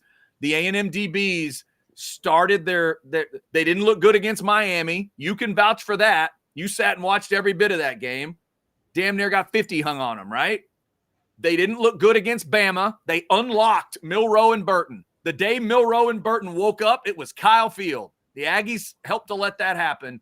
And even in some other games, there have been little moments where they're giving up these pass plays. And all I keep thinking is, oh, that's not going to look good in Oxford. That's not going to look good in Oxford. Well, here we are. Here we are. Prove me wrong, Aggies, please. But I do not like that pass defense against Ole Miss tomorrow. We'll see. Final thought. Cowboy fans, I know you're out there. Don't freak out no matter what happens on Sunday. That's good advice. Stay even killed. If the Cowboys lose by 30, you should expect it. If the Cowboys somehow win that game by 30, you should also expect that. We are the circus. Don't let Sunday end and you get emotional about either the good or the bad as if you haven't had enough to already explain to you like how this thing goes. You should be prepared and ready and not crestfallen or like so over the moon you're out of control. Don't be a character in a Stephen A. Smith bit. That would be my advice. That's a great way to say that. Don't be the guy on social media breaking all his stuff when the Eagles beat the Cowboys. If that is what happens. Now, what would you tell them if they beat the Eagles? How excited are they allowed to be? Not. Enjoy it. Just enjoy the week. Like, okay. Call you like I'll call my uncle up and we'll get a good chuckle out of it. And I'll ask him like how his son-in-law's handling it all because they're Eagle fans in the family. Right. But don't say the S word and the B word. Don't do that. Oh, no, don't do that. Because that's what we do as a fan base. Yeah. You know, and usually it doesn't even take a win over the Eagles. It's like, we won 2 in a row, Super Bowl, here we come. Let's not do that. Let's act like we've been there before because we have. We've beaten the Eagles before in Philly. We've beaten good Philadelphia teams before. Mm-hmm. Let's just be sane, normal people. One way or the other, don't let us be the story on Monday. It's an incredible weekend of football. That's part of it. The reminder, the watch along is tomorrow. 10:45 we'll jump in. 11 o'clock, Texas and K-State. Aggies playing at the same time. What else is going on at 11? We'll update. Ohio State's playing then. Tennessee's playing then. Notre Dame Clemson is an 11 o'clock game as well. That's tomorrow morning. And then remember, bright and early Sunday morning, Kansas City and Miami. Get it on in Frankfurt to start your NFL day. I'm going to have to find a way to get up and find some coffee for that one. That's going to be good stuff too. And then Cowboys Eagles is a 3 o'clock kick. All right, chicken fried steak. Let's do it. Let's do it. Ketch is going to have that Hayes City store chicken fried steak. He'll be telling you about that next week and hopefully beyond because I think it is that good. Stay safe out there. And remember, the Pint House event is tonight as well, 6 to 9 at the brewing location on East Bend White. Oh, man. If I can get some cannonball and some jellyfish into my world tonight and a little Q&A panel and meet some of you guys, the great Orange Bloods live fans, it's going to be a good night. And I don't have to worry about a Rangers World Series game because they've already won the damn thing. Pine House tonight. Come on out and meet us. We will celebrate that or anything else you got to celebrate. 6 to 9 this evening. Be safe getting out there. We'll see you on Ben White. Thanks to Blake, the super producer, for being a part of it. Thanks to Specs for their work, all the things they're doing. Check out specsonline.com, the Specs app on your phone and everything. And thanks to Texas Card House today for housing Jeff Ketchum. They are a great sponsor of Orange Bloods. They bring you the War Room every Thursday night. Go check it out. Get online with orangebloods.com for the very latest in what's going on with Longhorn stuff. That's good camera panning. I like that. Thank you. Excellent. That's excellent work. All right. Everybody have a great weekend. We'll see you on the watch along tomorrow and at the Pine House event tonight until 12 noon on Monday. We are House Divided.